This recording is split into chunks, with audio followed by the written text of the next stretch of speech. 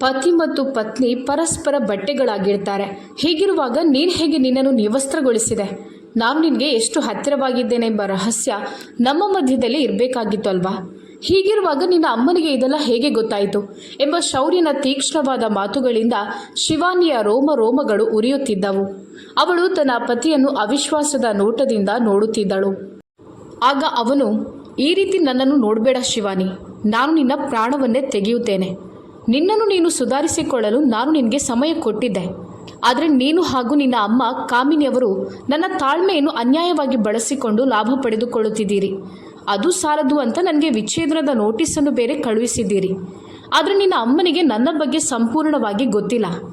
ನಿನ್ನನ್ನು ಕೊಂದು ನಾನು ಬೇಕಾದರೂ ಸಾಯುತ್ತೇನೆ, ಆದರೆ ನಿನ್ನನ್ನು ಬಿಡುವ ಮಾತೇ ಇಲ್ಲ.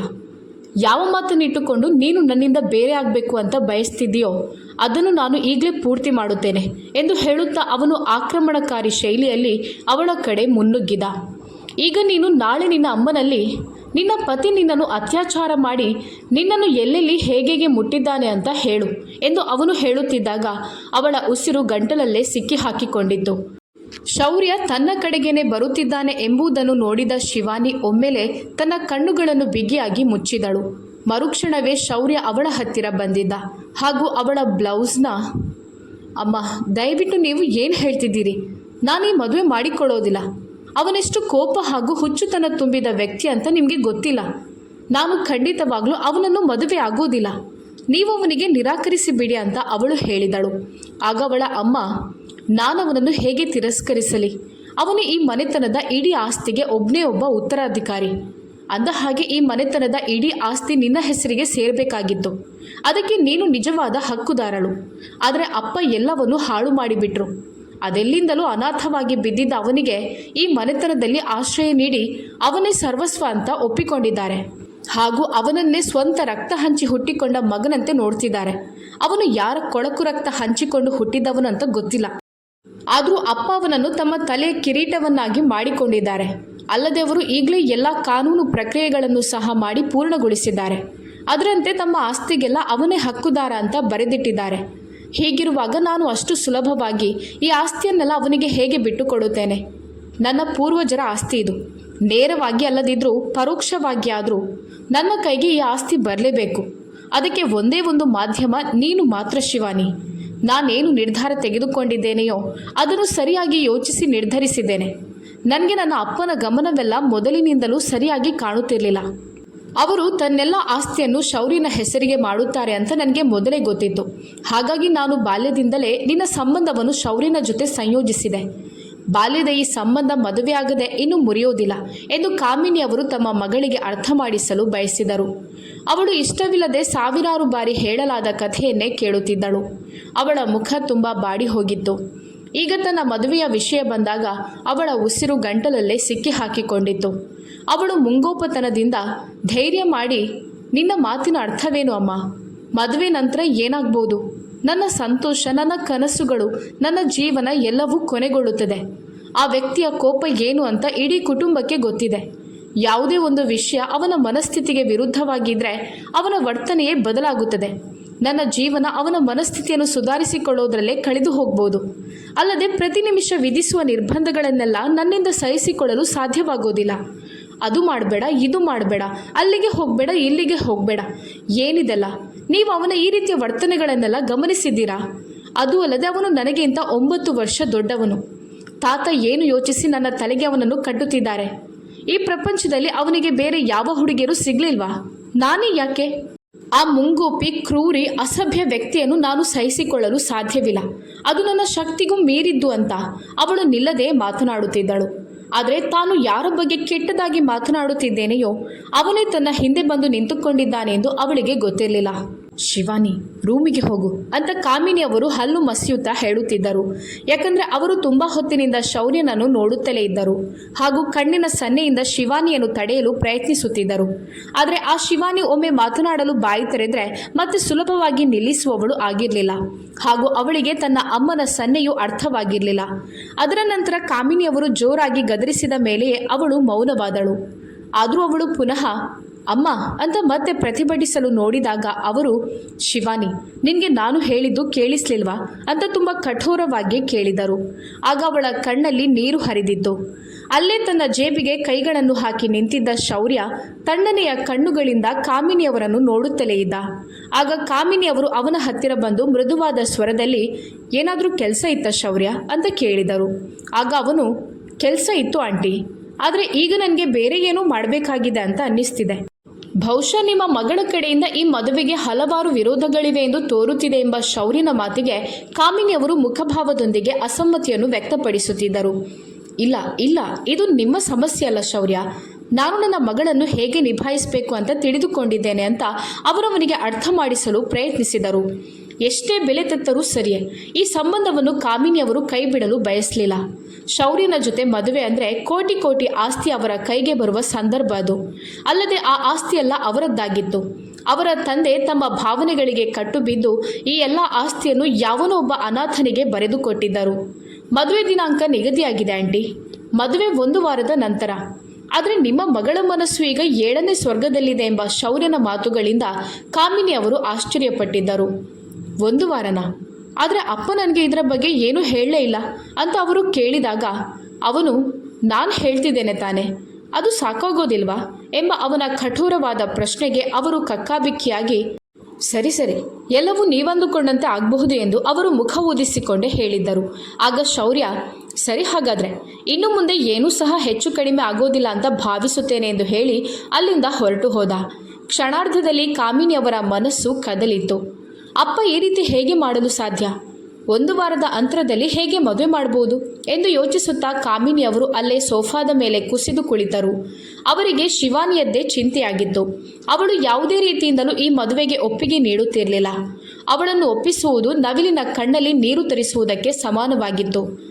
ಏನಾಯ್ತು ಮಗ, ಏನು ವಿಷಯ, ಇಷ್ಟು ಅವಸರ ಯಾಕೆ ಅಂತ ಶ್ಯಾಮರಾಯರು ಶೌರ್ಯನ ಮುಖ ನೋಡಿ ಆಶ್ಚರ್ಯದಿಂದ ಕೇಳಿದರು. ಆತುರ ಇದೆ ತಾತ, ನನಗೆ ನಿಮ್ಮ ಮಗಳ ಮೇಲೆ ನಂಬಿಕೆ ಇಲ್ಲ. ಅವರ ಕೈಯಲ್ಲಿ ಎಲ್ಲ ಅಧಿಕಾರವಿಡ್ತಿದ್ರೆ ಅವರು ಈ ಸಂಬಂಧವನ್ನು ಯಾವಾಗಲೂ ಕೊನೆಗೊಳಿಸ್ತಿದ್ರು. ಆದರೆ ಅವರು ಆ ರೀತಿ ಈಗ ಮಾಡೋದಿಲ್ಲ. ಆದರೆ ಮುಂದೆ ಮಾಡ್ಬೋದು. ಅದಕ್ಕಾಗಿ ನಾನು ಆತುರ ಪಡಬೇಕಾಗಿದೆ ಎಂಬ ಶೌರ್ಯನ ಮಾತುಗಳಿಗೆ ಶ್ಯಾಮರಾಯರು ಒಪ್ಪಿಗೆ ಸೂಚಿಸಿ ತಲೆಯಾಡಿಸಿದರು. ಸರಿ, ನಿಮಗೆ ಅನಿಸಿದ್ದನ್ನು ಮಾಡಿ. 1 ತಿಂಗಳಾದರೂ ಸರಿ, 1 ವಾರವಾದರೂ ಸರಿ, ಎಲ್ಲ ವ್ಯವಸ್ಥೆ ಮಾಡೋಣ ಎಂದು ಅವರು ಶೌರ್ಯನ ಬೆನ್ನನ್ನು ತಟ್ಟಿ ಹೇಳಿದರು. ಶ್ಯಾಮರಾಯರು ಶೌರ್ಯನ ಯಾವ ಮಾತನ್ನು ಕೂಡ ನಿರಾಕರಿಸುತ್ತಿರಲಿಲ್ಲ. ಹಾಗೂ ಬಾಲ್ಯದ ಈ ಸಂಬಂಧವನ್ನು ಉಳಿಸಿಕೊಳ್ಳುವಲ್ಲಿ ಶೌರ್ಯನ ಪಾತ್ರ ಅತ್ಯಂತ ದೊಡ್ಡದಾಗಿತ್ತು. ಅಲ್ಲದೆ ತನ್ನ ಬಾಲ್ಯದ ನಿಶ್ಚಿತಾರ್ಥವನ್ನು ಬಿಟ್ಟುಕೊಡಲು ಅವನು ಯಾವುದೇ ರೀತಿಯಿಂದಲೂ ತಯಾರಿರಲಿಲ್ಲ. ಕಾಮಿನಿಯವರು ಶಿವಾನಿಯ ಮನವೊಲಿಸಲು ತುಂಬ ಪ್ರಯತ್ನಿಸಿದರು. ಆದರೆ ಶಿವಾನಿ ಅವರ ಮಗಳೇ ಆಗಿದ್ದಳು. ಅವಳು ಇದರ ಕುರಿತಾಗಿ ಸಾಕಷ್ಟು ಗದ್ದಲವನ್ನು ಸೃಷ್ಟಿಸಿದಳು. ಉಪವಾಸ ಸತ್ಯಾಗ್ರಹವನ್ನು ನಡೆಸಿದಳು. ಆದರೆ ಕಾಮಿನಿ ಅವರು ಅವಳ ಯಾವ ಮಾತನ್ನು ಕೇಳಲೇ ಇಲ್ಲ. ಇಂದು ಅವಳ ಮದುವೆ ದಿನವಾಗಿತ್ತು. ಮದುವೆಯ ಉಡುಪಿನಲ್ಲಿ ಅವಳು ಆಕಾಶದಿಂದ ಇಳಿದ ದೇವತೆಯಂತೆ ಕಾಣುತ್ತಿದ್ದಳು. ಅವಳ ಕಣ್ಣುಗಳಲ್ಲಿರುವ ಆ ದುಃಖವು ಅವಳನ್ನು ಇನ್ನಷ್ಟು ಆಕರ್ಷಕಗೊಳಿಸಿತ್ತು. ನಿಧಾನವಾಗಿ ಮದುವೆಯ ಶಾಸ್ತ್ರಗಳೆಲ್ಲವೂ ಆರಂಭವಾದವು. ಎಲ್ಲವೂ ತುಂಬ ಶಾಂತಿಯುತವಾಗಿ ನಡೆಯುತ್ತಿತ್ತು. ತಮ್ಮ ಪರಿಣಾಮಕಾರಿಯಾದ ಸಲಹೆಯು ತನ್ನ ಮಗಳ ಮೇಲೆ ಉತ್ತಮವಾದ ಪ್ರಭಾವವನ್ನೇ ಬೀರಿದೆ ಅಂತ ಕಾಮಿನಿಯವರು ಅಂದುಕೊಂಡು ಶಿವಾನಿಯ ಬಗ್ಗೆ ಹೆಚ್ಚು ತಲೆಕೆಡಿಸಲು ಹೋಗಲಿಲ್ಲ. ಆದರೆ ಶೌರ್ಯನಿಗೆ ಇದರ ಬಗ್ಗೆ ಸ್ವಲ್ಪ ಗೊಂದಲವಾಗ್ತಿತ್ತು.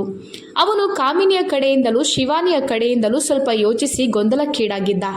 ಅವನಿಗೆ ಕಾಮಿನಿಯವರ ಸ್ವಭಾವ ಚೆನ್ನಾಗಿ ತಿಳಿದಿತ್ತು.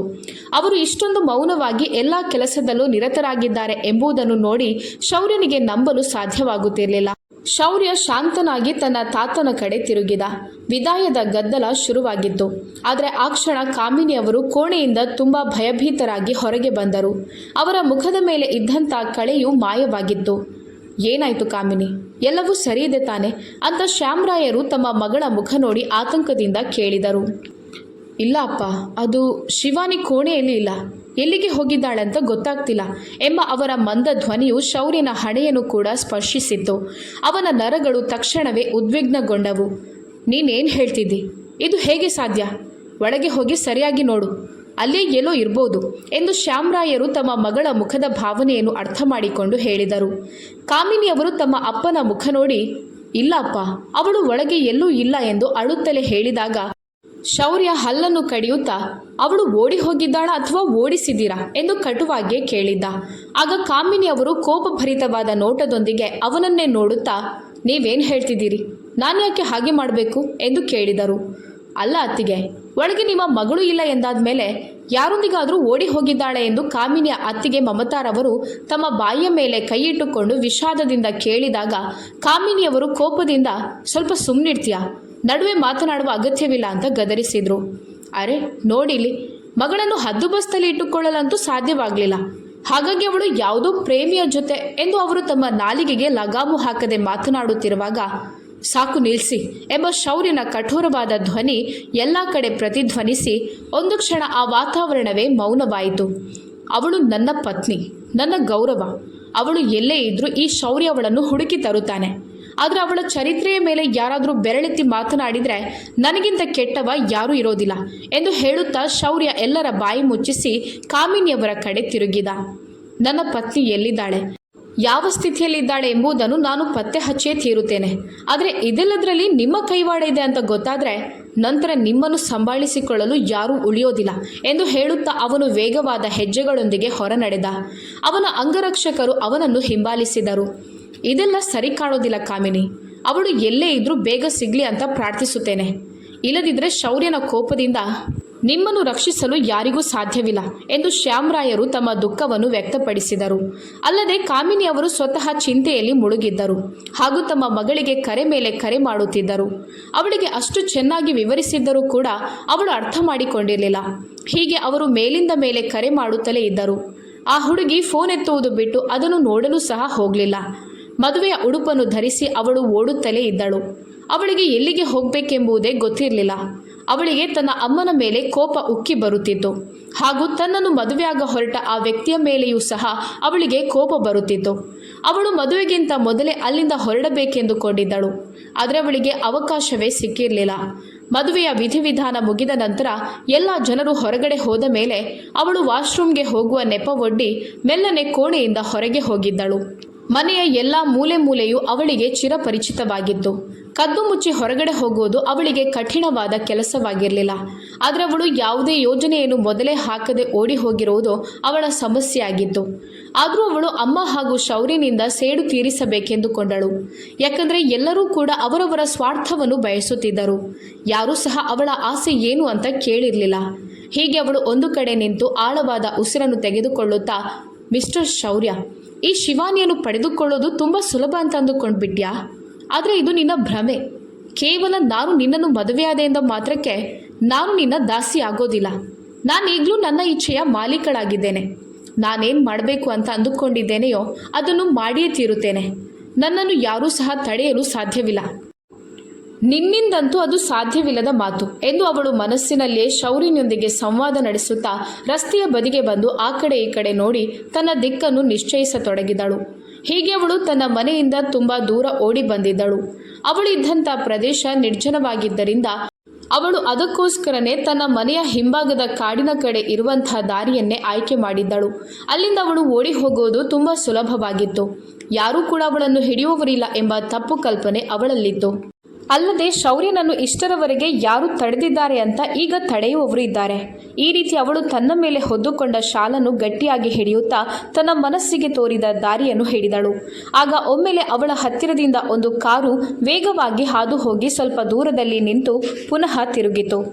ಅದನ್ನು ನೋಡಿ ಶಿವಾನಿಯ ಹೃದಯ ಒಮ್ಮೆ ಜೋರಾಗಿ ಬಡಿಯಲು ಪ್ರಾರಂಭಿಸಿದರೂ ಸಹ ಅವಳು ತನ್ನ ಮುಖದ ಮೇಲೆ ಆತ್ಮವಿಶ್ವಾಸದ ಭಾವನೆಯನ್ನು ಬಲವಂತವಾಗಿ ತಂದುಕೊಂಡಳು. ಮೇಡಮ್, ನೀವೆಲ್ಲಿಗೆ ಹೋಗಬೇಕಾಗಿತ್ತು ಅಂತ ಆ ವ್ಯಕ್ತಿ ತುಂಬ ಸಭ್ಯನಂತೆ ಅವಳನ್ನು ಕೇಳಿದ.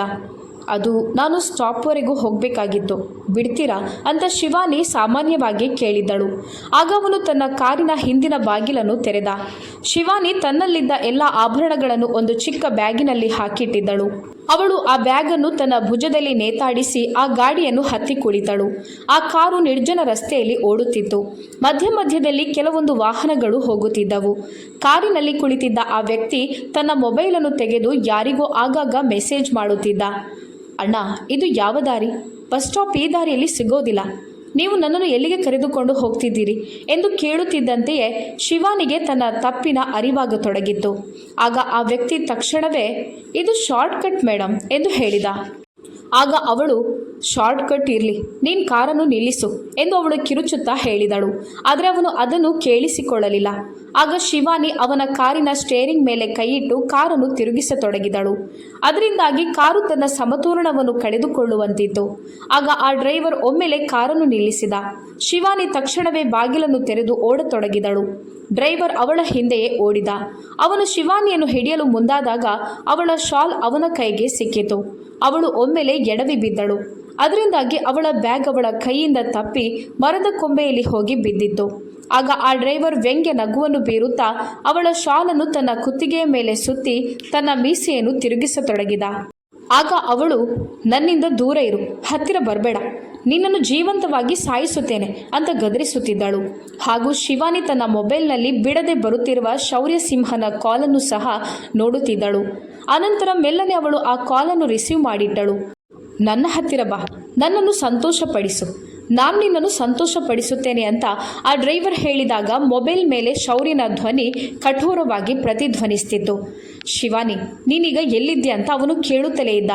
ಆದರೆ ಶಿವಾನಿ ವಾಸ್ತವದಲ್ಲಿ ಇದ್ದರೆ ತಾನೇ ಶೌರ್ಯನೊಂದಿಗೆ ಮಾತನಾಡಲು. ನನ್ನ ಹತ್ತಿರ ಬಂದರೆ ಜಾಗ್ರತೆ, ನಾನು ನಿನ್ನ ಮುಖವನ್ನೇ ಒಡೆದು ಬಿಡುತ್ತೇನೆ ಎಂಬ ಶಿವಾನಿಯ ನಡುಗುವ ಸ್ವರವು ಶೌರ್ಯನಿಗೆ ಕೇಳಿಸ್ತಿತ್ತು. ಆಗ ಶೌರ್ಯ ಕಿರುಚುತ್ತಾ, ಶಿವಾನಿ ಲೊಕೇಶನ್ ಆನ್ ಮಾಡಿಬಿಡು ಅಂತ ಹೇಳಿದ. ಶಿವಾನಿ ಎಲ್ಲವನ್ನೂ ಕೇಳಿಸಿಕೊಳ್ಳುತ್ತಿದ್ದಳು. ಓ ನನ್ನ ಪ್ರಾಣವೇ, ನನ್ನಿಂದ ತಪ್ಪಿಸೋದು ಅಷ್ಟು ಸುಲಭ ಅಲ್ಲ. ಅಲ್ಲದೆ ನೀನು ಯಾರಿಗೆ ಕಾಲ್ ಮಾಡ್ತಿದ್ಯಾ ಅಂತ ಆ ವ್ಯಕ್ತಿ ಕೇಳುತ್ತಲೇ ಒಮ್ಮೆಲೆ ಅವಳ ಕಡೆ ನುಗ್ಗಿದ. ಶಿವಾನಿ ಲೊಕೇಶನ್ ಆನ್ ಮಾಡಿ ಮೊಬೈಲನ್ನು ತನ್ನ ಹಿಂದೆ ಅಡಗಿಸಿದಳು. ಆ ವ್ಯಕ್ತಿ ಶಿವಾನಿಯನ್ನು ಹಿಡಿದು ಅವಳ ಮೊಬೈಲನ್ನು ಕಸಿದುಕೊಳ್ಳಲು ನೋಡಿದ. ಆದರೆ ಶಿವಾನಿ ತನ್ನ ಎಲ್ಲ ಶಕ್ತಿಯನ್ನು ಹಾಕಿ ಅವನನ್ನು ಹಿಂದೆ ತಳ್ಳಿದಳು. ಅವನು ತನ್ನ ಸಮತೋಲನವನ್ನು ಕಳೆದುಕೊಂಡು ಹಿಂದೆ ಬಿದ್ದಿದ್ದ. ನಾನು ಶಿವಾನಿ, ಶಾಮರಾಯರ ಮೊಮ್ಮಗಳು ಹಾಗೂ ಶೌರ್ಯ ಸಿಂಹನ ಹೆಂಡತಿ. ನನ್ನನ್ನು ಕಣ್ಣೆತ್ತಿ ನೋಡಿದ್ರು ನಿನ್ನ ಕಣ್ಣನ್ನೇ ಕಿತ್ತು ಬಿಡುತ್ತೇನೆ ಅಂತ ಶಿವಾನಿ ತನ್ನ ಕಡೆಯಿಂದ ಅಬ್ಬರಿಸಿದಳು. ಆದರೆ ಆ ವ್ಯಕ್ತಿ ಕೋಪದಿಂದ ಅವಳ ಕಡೆ ಒಮ್ಮೆಲೆ ನುಗ್ಗುತ್ತಾ ಶಿವಾನಿಯ ಕೆನ್ನೆಗೆ ಜೋರಾಗಿ ಬಾರಿಸಿ ಅವಳ ರೆಟ್ಟೆಗಳನ್ನು ಗಟ್ಟಿಯಾಗಿ ಹಿಡಿದುಕೊಂಡ. ಶಿವಾನಿ ನೋವಿನಿಂದ ಕಿರುಚಿದಳು. ಆ ಕಿರುಚಾಟವು ಶೌರ್ಯ ಸಿಂಹನ ಕಿವಿಗೆ ಬಿದ್ದಾಗ ಅವನ ಆತ್ಮವೇ ಕಂಪಿಸಿತು. ಅವನು ಲೊಕೇಶನ್ ತೋರಿಸುವ ಕಡೆ ತನ್ನ ಗಾಡಿಯನ್ನು ವೇಗವಾಗಿ ಓಡಿಸಿದ. ಅವನ ಅಂಗರಕ್ಷಕರು ಅವನ ಜೊತೆಯೇ ಇದ್ದರು. ಆದರೆ ಅವನಿಗೆ ಶಿವಾನಿಯ ಚಿಂತೆಯಾಗಿತ್ತು. ತನ್ನ ಪತ್ನಿಯ ಜೊತೆ ಅವನು ತಪ್ಪಾಗಿ ವರ್ತಿಸದೇ ಇರಲಿ ಅಂತ ಅವನು ಮನಸ್ಸಿನಲ್ಲಿಯೇ ಬೇಡಿಕೊಳ್ಳುತ್ತಿದ್ದ. ಶಿವಾನಿಯ ಜೊತೆ ನೀನು ಏನಾದರೂ ತಪ್ಪಾಗಿ ವರ್ತಿಸಿದರೆ ನಾನು ನಿನ್ನ ಪ್ರಾಣವನ್ನೇ ನನ್ನ ಕೈಯಲ್ಲಿ ತೆಗೆದುಕೊಳ್ಳುತ್ತೇನೆ ಅಂತ ಅವನು ಮನಸ್ಸಲ್ಲೇ ಸಂವಾದ ನಡೆಸುತ್ತಾ ತನ್ನ ಕಾರಿನ ವೇಗವನ್ನು ಇನ್ನಷ್ಟು ಹೆಚ್ಚಿಸುತ್ತಿದ್ದ. ಆ ವ್ಯಕ್ತಿಯ ಮುಖ ತನ್ನ ಕಡೆಗೆ ಬರುತ್ತಿದೆ ಎಂಬುದನ್ನು ತಿಳಿದ ಶಿವಾನಿ ಅವನ ಮುಖಕ್ಕೆ ಒಮ್ಮೆಲೆ ಉಗುಳಿದಳು. ಅವಳ ಆ ಉಗುಳುವಿಕೆಯ ಮೇಲೆ ಆ ವ್ಯಕ್ತಿ ಕೆಂಡಾಮಂಡಲವಾಗಿದ್ದ. ಅವನು ಪುನಃ ಶಿವಾನಿಯನ್ನು ಎಳೆದು ಅವಳ ಎಡಬಲ ಕೆನ್ನೆಗೆ 2 ಜೋರಾದ ಪೆಟ್ಟನ್ನು ನೀಡಿದ್ದ. ಅವಳು ನೋವಿನಿಂದ ಕಿರುಚುತ್ತಲೇ ಇದ್ದಳು. ಅದರಲ್ಲಿ ಅವಳ ಸಹಾಯಕ್ಕೆಂದು ಯಾರೂ ಇರಲಿಲ್ಲ. ಈ ರೀತಿ ಅವಳು ನೆಲದ ಮೇಲೆ ಕುಸಿದು ಅಳುತ್ತಿರುವಾಗ ಒಮ್ಮೆಲೆ ಅವಳ ಕೈಗೆ ಅಲ್ಲೇ ಬಿದ್ದಿದ್ದಂತಹ ಒಂದು ಕಬ್ಬಿಣದ ಕೋಲು ಸಿಕ್ಕಿತು. ಅದನ್ನು ತೆಗೆದು ಅವಳು ಅವನ ತಲೆಗೆ ಜೋರಾದ ಪೆಟ್ಟನ್ನು ನೀಡಿದಳು. ಅದರಿಂದಾಗಿ ಅವನ ಹಿಡಿತವು ಸಡಿಲಗೊಂಡಾಗ ಶಿವಾನಿ ಅವನನ್ನು ಜೋರಾಗಿ ಹಿಂದಕ್ಕೆ ತಳ್ಳಿ ತನ್ನನ್ನು ತಾನು ಸಂಭಾಳಿಸಿಕೊಂಡು ಎದ್ದೇಳಲು ಪ್ರಯತ್ನಿಸಿದಾಗ ಆ ವ್ಯಕ್ತಿ ಅವಳ ಕಾಲುಗಳನ್ನು ಹಿಡಿದು ಎಳೆದಿದ್ದ. ಆಗ ಅವಳು ತನ್ನ ಆಯ ತಪ್ಪಿ ಕೆಳಗೆ ಬಿದ್ದಳು. ಇದರಿಂದಾಗಿ ಅವಳ ಸೊಂಟಕ್ಕೆ ಬಲವಾದ ಪೆಟ್ಟು ಬಿದ್ದಿತ್ತು. ಅವಳು ನೋವಿನಿಂದ ನರಳಿದಳು. ಹಾಗೂ ಅವಳು ತನ್ನ ಸೊಂಟದ ಮೇಲೆ ಕೈಯಿಟ್ಟು ಆ ರಾಕ್ಷಸನನ್ನು ನೋಡುತ್ತಾ ಹಿಂದೆ ಹಿಂದೆ ತೆವಳಿಕೊಂಡು ಹೋಗುತ್ತಿದ್ದಳು. ಆ ವ್ಯಕ್ತಿಯ ಹಣೆಯಲ್ಲಿ ರಕ್ತವು ಹರಿಯುತ್ತಿತ್ತು. ರಾಕ್ಷಸಿ, ನನ್ನ ಮೇಲೆ ಕೈ ಮಾಡಿದ್ಯಾ? ನನ್ನ ಮೇಲೆ? ನಿನ್ನಂಥವರನ್ನು ನಾನು ತುಂಬ ನೋಡಿದ್ದೇನೆ. ಯಾರೂ ನನ್ನಿಂದ ಇಷ್ಟರವರೆಗೆ ತಪ್ಪಿಸಿಕೊಂಡು ಹೋಗಲು ಸಾಧ್ಯವಾಗಲಿಲ್ಲ. ಹೀಗಿರುವಾಗ ನೀನು ನನ್ನಿಂದ ಉಳಿಯುತ್ತೀಯಾ ಎಂದು ಹೇಳುತ್ತಾ ಅವನು ತನ್ನ ಶರ್ಟನ್ನು ತೆಗೆದು ಅವಳ ಮೇಲೆ ಎರಗಲು ಮುಂದಾಗುತ್ತಿದ್ದಂತೆಯೇ ಅವನ ಬೆನ್ನಿಗೆ ಒಂದು ಗುಂಡು ತಗುಲಿತ್ತು. ಅವನು ನೋವಿನಿಂದ ಕಿರುಚಿದ. ಶಿವಾನಿ ತನ್ನನ್ನು ತಾನು ಸಂಭಾಳಿಸಿಕೊಂಡು ಎದ್ದು ಕುಳಿತಿದ್ದಳು. ಬಂದಿದ್ದ ಆ ವ್ಯಕ್ತಿ ಪುನಃ ತನ್ನ ಪಿಸ್ತೂಲನ್ನು ಲೋಡ್ ಮಾಡುತ್ತಿದ್ದ. ತನ್ನ ಗೌರವದ ಮೇಲೆ ಕೆಟ್ಟ ನೋಟವನ್ನು ಹಾಕಿದ ಆ ದುಷ್ಟ ವ್ಯಕ್ತಿಯು ಅವನ ಗುರಿಯಾಗಿದ್ದ. ಅವನು ತಕ್ಷಣವೇ ಇನ್ನೊಂದು ಗುಂಡನ್ನು ಅವನ ಇನ್ನೊಂದು ಭುಜದ ಮೇಲೆ ಹಾರಿಸಿದಾಗ ಆ ವ್ಯಕ್ತಿಯು ತನ್ನ ಭುಜದ ಬಲವನ್ನೇ ಕಳೆದುಕೊಂಡ. ಶಿವಾನಿ ತನ್ನನ್ನು ತಾನು ಅಡಗಿಸಲು ಬಯಸಿದಳು. ಅವಳ ಆ ಪರಿಸ್ಥಿತಿಯನ್ನು ನೋಡಿದ ಶೌರ್ಯ ಗಟ್ಟಿಯಾಗಿ ತನ್ನ ಕಣ್ಣುಗಳನ್ನು ಮುಚ್ಚಿ ತೆರೆದ. ಈ ರೀತಿ ಹೇಳದೆ ಕೇಳದೆ ಓಡಿ ಬಂದು ತನ್ನ ಮನೆತನದ ಗೌರವವನ್ನು ಹಾಳು ಮಾಡಿದ ಅವಳ ಮೇಲೆ ಇನ್ನೊಂದು ಗುಂಡನ್ನು ಹಾರಿಸಬೇಕು ಅಂತ ಅವನಿಗೆ ಅನ್ನಿಸ್ತಿತ್ತು. ಅವನು ಮೊದಲೇ ತನ್ನ ಅಂಗರಕ್ಷಕರನ್ನು ಹಿಂದೆ ನಿಲ್ಲಿಸಿದ್ದ. ತನ್ನ ಹೆಂಡತಿಯನ್ನು ಈ ಸ್ಥಿತಿಯಲ್ಲಿ ಇನ್ನೊಬ್ಬರು ನೋಡೋದು ಅವನಿಗೆ ಇಷ್ಟ ಇರಲಿಲ್ಲ. ಅದಕ್ಕೋಸ್ಕರ ಅವನು ತನ್ನ ಶಾಲನ್ನು ಅವಳ ಕಡೆ ಎಸೆದ. ಶಿವಾನಿ ಒಂದು ಕ್ಷಣ ತನ್ನ ಮುಖವನ್ನು ಅವನ ಕಡೆ ತಿರುಗಿಸಿದಾಗ ಅವಳ ರೋಮಗಳೇ ಎದ್ದು ನಿಂತಿದ್ದವು. ಅವನ ಕಣ್ಣುಗಳಲ್ಲಿರುವ ಲೇಖನವನ್ನು ಅವಳು ಒಳ್ಳೆಯ ರೀತಿಯಲ್ಲಿ ಅರ್ಥ ಮಾಡಿಕೊಂಡಳು. ಹಾಗಾಗಿ ಅವಳು ತಕ್ಷಣವೇ ಆ ಶಾಲನ್ನು ತನ್ನ ಮೈ ಮೇಲೆ ಹೊದ್ದುಕೊಂಡು ನಡುಗುತ್ತಾ ಆ ವ್ಯಕ್ತಿಯ ಮೇಲೆ ಪುನಃ ಕಣ್ಣಾಯಿಸಿದಳು. ಅವನು ವಿಸ್ಮಯದಿಂದ ಅವಳನ್ನೇ ನೋಡುತ್ತಿದ್ದ. ಆ ವ್ಯಕ್ತಿಯ ಕೋಪ ಯಾರಿಗೆ ತಾನೇ ತಿಳಿದಿರಲಿಲ್ಲ, ಇಡೀ ಕುಟುಂಬಕ್ಕೆ ತಿಳಿದಿತ್ತು. ಯಾಕಂದರೆ ಆ ವ್ಯಕ್ತಿಗೆ ಅಷ್ಟೊಂದು ಕೋಪ ಇತ್ತು. ಹಾಗೂ ಈಗ ಶಿವಾನಿ ಅವನ ಕೋಪವನ್ನು ಎದುರಿಸುವ ಹಂತದಲ್ಲಿದ್ದಳು. ಶೌರ್ಯ ಆ ನೀಚ ವ್ಯಕ್ತಿಯ ಮುಖ ನೋಡಿ ಲೆಕ್ಕವಿಲ್ಲದಷ್ಟು ಹೊಡೆತಗಳ ಸುರಿಮಳೆಯನ್ನೇ ಸುರಿಸಿದನು.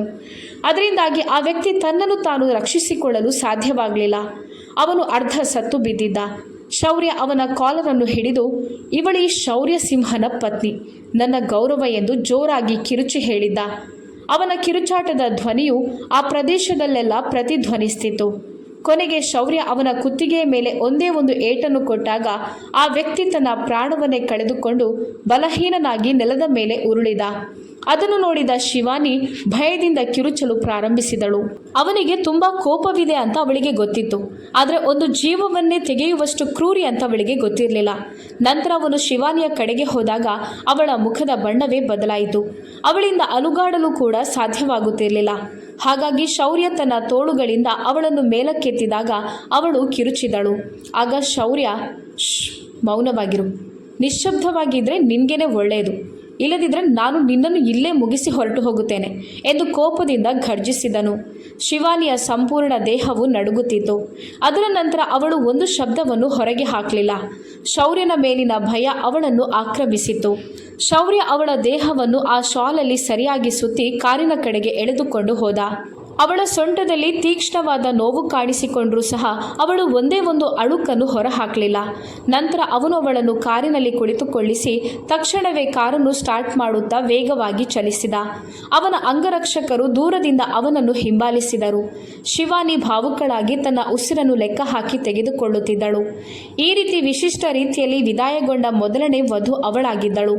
ಶಿವಾನಿ ಭಯಭೀತಳಾಗಿ ಶೌರ್ಯನ ಕಡೆ ತನ್ನ ನೋಟವನ್ನು ಬೀರುತ್ತಾ ಹೇಗೆ ತಾನು ಈ ಮನುಷ್ಯನ ಕೋಪದಿಂದ ತನ್ನನ್ನು ತಾನು ರಕ್ಷಿಸಿಕೊಳ್ಳುವುದು ಅಂತ ಯೋಚಿಸುತ್ತಿದ್ದಳು. ಸ್ವಲ್ಪ ಹೊತ್ತಿನ ನಂತರ ಅವನ ಕಾರು ಒಂದು ದೊಡ್ಡ ಬಂಗಲೆಯ ಎದುರು ಬಂದು ನಿಂತಿತ್ತು. ಅವನು ನೇರವಾಗಿ ಅವಳನ್ನು ತನ್ನ ಕೋಣೆಗೆ ಕರೆದೊಯ್ದ. ಕಾಮಿನಿಯವರು ಸಹ ಅಲ್ಲೇ ಇದ್ದರು. ಶಿವಾನಿ ಪತ್ತೆಯಾಗಿದ್ದಾಳೆಂದು ಅವರಿಗೆ ಫೋನ್ ಮೂಲಕ ತಿಳಿಸಲಾಗಿತ್ತು. ಈ ಕ್ಷಣ ಶೌರ್ಯ ತುಂಬ ಕೋಪದಲ್ಲಿ ಇರುತ್ತಾನೆ ಅಂತ ಅವರಿಗೂ ಗೊತ್ತಿತ್ತು. ಕೋಪದಿಂದ ಶೌರ್ಯ ಶಿವಾನಿಗೆ ಏನೂ ಹಾನಿ ಮಾಡದೇ ಇರಲಿ ಅಂತ ಪ್ರಾರ್ಥಿಸುತ್ತಾ ಅವರು ಕೂಡ ಅಲ್ಲಿಗೆ ಬಂದಿದ್ದರು. ಆದರೆ ಶೌರ್ಯ ಶಿವಾನಿಯನ್ನು ಎಳೆಯುತ್ತಾ ತನ್ನ ಕೋಣೆಗೆ ಕರೆದುಕೊಂಡು ಹೋಗುತ್ತಿದ್ದಾಗ ಯಾರೂ ಸಹ ಅವನನ್ನು ತಡೆಯುವ ಸಾಹಸವನ್ನು ಮಾಡಲು ಹೋಗಲಿಲ್ಲ. ಹಾಗೂ ಅವನಲ್ಲಿ ಯಾವುದೇ ಪ್ರಶ್ನೆಯನ್ನು ಕೇಳಲಿಲ್ಲ. ಅಪ್ಪ, ನೀವು ಶೌರ್ಯನಿಗೆ ಏನನ್ನು ಹೇಳೋದಿಲ್ವಾ ಅಂತ ಕಾಮಿನಿಯವರು ಹೇಳಿದಾಗ, ಈಗ ಬಾಯಿ ಮುಚ್ಚು ಕಾಮಿನಿ, ಏನಾದರೂ ಹೇಳಿ ಶೌರ್ಯನ ಕೋಪವನ್ನು ಇನ್ನಷ್ಟು ಹೆಚ್ಚಿಸಬೇಡ. ಶಿವಾನಿ ಮಾಡಿದ ತಪ್ಪು ಕ್ಷಮೆಗೆ ಯೋಗ್ಯವಾಗಿಲ್ಲ. ಆದರೂ ನಾನು ನನ್ನ ರೀತಿಯಲ್ಲಿ ಅವನಿಗೆ ಅರ್ಥ ಮಾಡಿಸಲು ಪ್ರಯತ್ನಿಸುತ್ತೇನೆ. ಆದರೆ ಸದ್ಯಕ್ಕೆ ನೀನಿಲ್ಲಿಂದ ಹೊರಟು ಹೋಗು ಅಂತ ಶ್ಯಾಮರಾಯರು ತಮ್ಮ ಮಗಳಿಗೆ ಸ್ಪಷ್ಟವಾದ ಪದಗಳಲ್ಲಿ ವಿವರಿಸಿದರು. ಅದನ್ನು ಕೇಳಿಸಿಕೊಂಡ ಕಾಮಿನಿಯವರಿಗೆ ಆಶ್ಚರ್ಯವಾಗಿತ್ತು. ಇದು ನಿನ್ನ ಗೆಲುವು ಅಂತ ತಿಳಿದುಕೊಳ್ಬೇಡ ಶೌರ್ಯ ಸಿಂಹ. ನಾನು ನನ್ನ ಮಗಳನ್ನು ಈ ಇಡೀ ಆಸ್ತಿಯ ಜೊತೆಗೆ ಇಲ್ಲಿಂದ ಕರೆದುಕೊಂಡು ಹೋಗುವ ಸಮಯ ದೂರವೇನಿಲ್ಲ ಎಂದು ಅವರು ಹೃದಯದಲ್ಲೇ ಯೋಚಿಸುತ್ತಾ ತನ್ನ ಮನೆಯ ದಾರಿಯನ್ನು ಹಿಡಿದರು. ಈ ಸಮಯ ತಾನು ಶೌರ್ಯನೊಂದಿಗೆ ಮಾತನಾಡುವುದು ಉಚಿತವೇ ಎಂದು ಶ್ಯಾಮರಾಯರು ಯೋಚಿಸಲು ಪ್ರಾರಂಭಿಸಿದರು. ಯಾಕಂದರೆ ಅವರು ಕೂಡ ಅವನ ಕೋಪವನ್ನು ನೆನೆದು ಭಯಪಡುತ್ತಿದ್ದರು. ಹಾಗಾಗಿ ಅವರಿಗೂ ಈ ಸಮಯ ಸೂಕ್ತವಲ್ಲ ಅಂತ ಅನ್ನಿಸ್ತು. ಈ ಕಡೆ ಶೌರ್ಯ ಶಿವಾನಿಯನ್ನು ತನ್ನ ಕೋಣೆಗೆ ಕರೆತಂದು ತಕ್ಷಣವೇ ತನ್ನ ಹಾಸಿಗೆ ಮೇಲೆ ಬಲವಾಗಿ ಬೀಳಿಸಿದನು. ಬೆನ್ನಿನ ಕೆಳಭಾಗದಲ್ಲಿ ತೀಕ್ಷ್ಣವಾದ ನೋವಿದ್ದ ಕಾರಣ ಅವಳು ಸಂಕಟದಿಂದ ಕಿರುಚಿದಳು. ಅವಳ ಕೈ ಅವಳಿಗೆ ಅರಿವಿಲ್ಲದಂತೆಯೇ ಒಮ್ಮೆಲೆ ಅವಳ ಸೊಂಟದ ಸುತ್ತ ಹೋಗುತ್ತದೆ. ಶೌರ್ಯ ಕೋಪದಿಂದ ಅವಳ ಕಡೆ ಮುನ್ನುಗ್ಗಿದವ ಆ ಕ್ಷಣವೇ ಅಲ್ಲೇ ನಿಂತ. ಅವಳು ತನ್ನ ಸೊಂಟವನ್ನು ಹಿಡಿದು ನರಳುತ್ತಿದ್ದಾಗ ಅವಳ ನೋವನ್ನು ನೋಡಿ ಶೌರ್ಯ ತನ್ನ ಕೋಪವನ್ನು ನಿಯಂತ್ರಣದಲ್ಲಿಟ್ಟುಕೊಳ್ಳಲು ಪ್ರಯತ್ನಿಸಿದ. ಅವಳು ನರಳಿ ನರಳಿ ಅಳುತ್ತಿದ್ದಳು. ಅದನ್ನು ನೋಡಿ ಶೌರ್ಯ ಅವಳ ಮುಂದೆ ಹೋಗಿ ಅವಳನ್ನು ನೇರವಾಗಿ ಮಲಗಿಸಿದಾಗ ಅವಳು ಮತ್ತೆ ಸಿಡಿದೆದ್ದಳು. ಶೌರ್ಯ, ದಯವಿಟ್ಟು ನಿಲ್ಲಿ. ಇಲ್ಲದಿದ್ದರೆ ನಾನು ಸಾಯುತ್ತೇನೆ ಅಂತ ಅವಳು ಹೇಳಿದಳು. ಶೌರ್ಯ ತನ್ನಿಂದ ತನ್ನ ಹಕ್ಕನ್ನು ಪಡೆಯುತ್ತಿದ್ದಾನೆ ಅಂತ ಅವಳಿಗೆ ಅನ್ನಿಸ್ತು. ಹಾಗಾಗಿ ಅವಳು ತನ್ನ ನೋವನ್ನು ಸಹಿಸಿಕೊಳ್ಳುತ್ತಾ ಅವನ ಮುಂದೆ ಬೇಡಿಕೊಳ್ಳುತ್ತಿದ್ದಳು. ಅವಳು ಒಬ್ಬಳು ಹಠಮಾರಿ ಹುಡುಗಿಯಾಗಿದ್ದರೂ ಸಹ ಶೌರ್ಯನ ಮೇಲಿನ ಭಯದಿಂದ ಅವನೊಂದಿಗೆ ವಿನಂತಿಸಿಕೊಳ್ಳುತ್ತಿದ್ದಳು. ನೀನು ಸತ್ರೆ ತುಂಬ ಒಳ್ಳೆಯದು. ನಿನ್ನಂಥ ಹುಡುಗಿಯನ್ನು ನಾನು ನನ್ನ ಕೋಣೆಯಲ್ಲಿ ಸಹ ಇಟ್ಟುಕೊಳ್ಳಲು ಬಯಸೋದಿಲ್ಲ. ಅದಕ್ಕೆ ನೀನು ಅರ್ಹಳು ಅಲ್ಲ. ಮದುವೆಯ ರಾತ್ರಿ ಕತ್ತಲಲ್ಲಿ ಮನೆಯಿಂದ ಓಡಿ ಹೋದವಳು ನೀನು. ನಿನ್ನ ಚರಿತ್ರೆಯ ಬಗ್ಗೆ ಎಷ್ಟು ಪ್ರಶ್ನೆಗಳು ಎದ್ದಿವೆ ಅಂತ ನಿನಗೆ ಗೊತ್ತಿದೆಯಾ ಎಂದು ಅವನು ಅವಳ ಕೂದಲನ್ನು ಹಿಡಿದುಕೊಂಡು ಅವಳ ಮುಖದ ಮೇಲೆ ತನ್ನ ಬಿಸಿ ಉಸಿರನ್ನು ಬಿಡುವ ಮೂಲಕ ಕಿರುಚುತ್ತಲೇ ಕೇಳುತ್ತಿದ್ದ. ಹಾಗೂ ಶೌರ್ಯ ಆ ಸಮಯದಲ್ಲಿ ತನ್ನ ಹುಚ್ಚುತನದ ಎಲ್ಲ ಮಿತಿಗಳನ್ನು ದಾಟಿದ. ಇರಲಿ, ಯಾರು ಏನು ಯೋಚಿಸ್ತಾರೆ ಅನ್ನೋದು ನನಗೆ ಮುಖ್ಯ ಅಲ್ಲ. ನಾನು ನನ್ನ ಸ್ವಂತ ಇಚ್ಛೆಯಂತೆ ಬದುಕುವ ಹುಡುಗಿಯಾಗಿದ್ದೇನೆ ಎಂದು ಅವಳು ಮನಸ್ಸಲ್ಲೇ ಹೇಳಬಲ್ಲವಳಾಗಿದ್ದಳು. ಶೌರ್ಯನ ಮುಂದೆ ಹೇಳಲು ಅವಳಿಗೆ ಧೈರ್ಯ ಸಾಕಾಗಿರಲಿಲ್ಲ.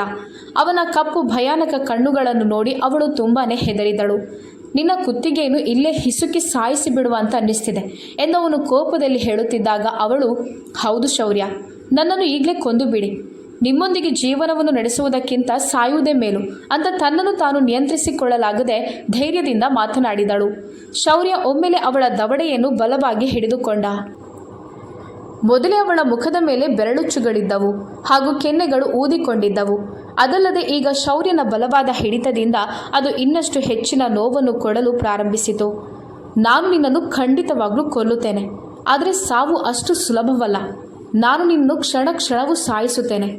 ಅಷ್ಟಕ್ಕೂ ನಾನು ನಿನ್ನ ಪ್ರತಿ ಉಸಿರನ್ನು ಇಂಚಿಂಚಾಗಿ ಸಾಯಿಸಬೇಕೆಂದುಕೊಂಡಿದ್ದೇನೆ.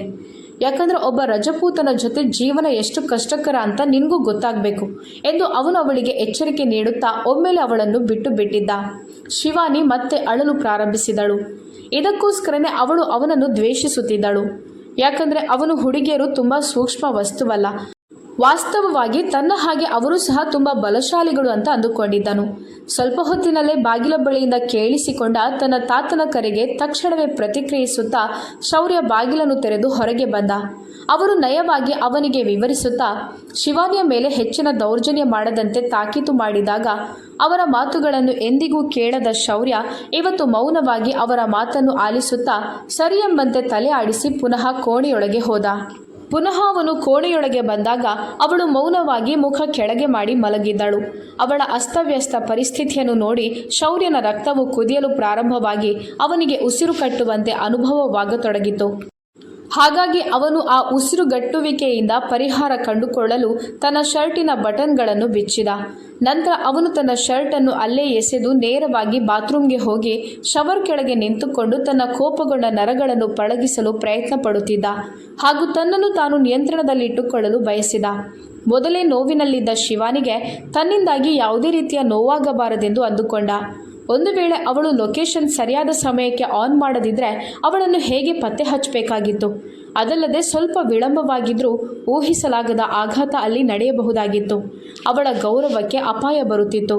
ಒಂದು ವೇಳೆ ಹಾಗೇನಾದರೂ ಆಗಿದ್ದರೆ ಶೌರ್ಯ ಜೀವಂತವಾಗಿರಲು ಸಾಧ್ಯವಾಗುತ್ತಿರಲಿಲ್ಲ ಎಂಬುದನ್ನೇ ಯೋಚಿಸಿ ಅವನು ತನ್ನೊಳಗೆ ನೋವನುಭವಿಸುತ್ತಿದ್ದ. ಸ್ವಲ್ಪ ಹೊತ್ತಿನ ನಂತರ ಶವರ್ ಆಫ್ ಮಾಡಿದ ಅವನು ಟವೆಲ್ನಿಂದ ತನ್ನ ಕೂದಲನ್ನು ಒಣಗಿಸುತ್ತಾ ಡ್ರಾವರ್ನಿಂದ ತನ್ನ ನೈಟ್ ಡ್ರೆಸ್ಸನ್ನು ತೆಗೆದು ಚೇಂಜ್ ಮಾಡಿ ಹೊರಗಡೆ ಬಂದಾಗ ಶಿವಾನಿ ಈಗಲೂ ಅದೇ ಪರಿಸ್ಥಿತಿಯಲ್ಲಿದ್ದಳು. ಶೌರ್ಯ ಮುಂದೆ ಹೋಗಿ ಅವಳನ್ನು ಎಬ್ಬಿಸಲು ನೋಡಿದಾಗ ಅವಳು ಪ್ರಜ್ಞೆ ತಪ್ಪಿ ಮಲಗಿದ್ದಳು. ಶೌರ್ಯನಿಗೆ ಸ್ವಲ್ಪ ಹೆದರಿಕೆಯೂ ಆಗಿತ್ತು. ಅವಳ ಅಸ್ತವ್ಯಸ್ತವಾದ ಪರಿಸ್ಥಿತಿ, ಹರಿದ ಬಟ್ಟೆ ಹಾಗೂ ಗಾಯವನ್ನು ನೋಡಿ ಅವನು ತನ್ನ ತುಟಿಗಳನ್ನು ಕಚ್ಚಿದ. ನಂತರ ಅವನವಳನ್ನು ಬೆಡ್ ಮೇಲೆ ಸರಿಯಾಗಿ ಮಲಗಿಸಿ ಅವಳ ತಲೆಯನ್ನು ದಿಂಬಿನ ಮೇಲೆ ಇಟ್ಟು ಅವಳ ಕೂದಲನ್ನು ಸರಿಪಡಿಸಿದ. ಪ್ರಪಂಚದ ಎಲ್ಲ ಸೌಂದರ್ಯವೂ ಅವಳ ಮೇಲೆಯೇ ಬಂದು ನಿಂತಿತ್ತು.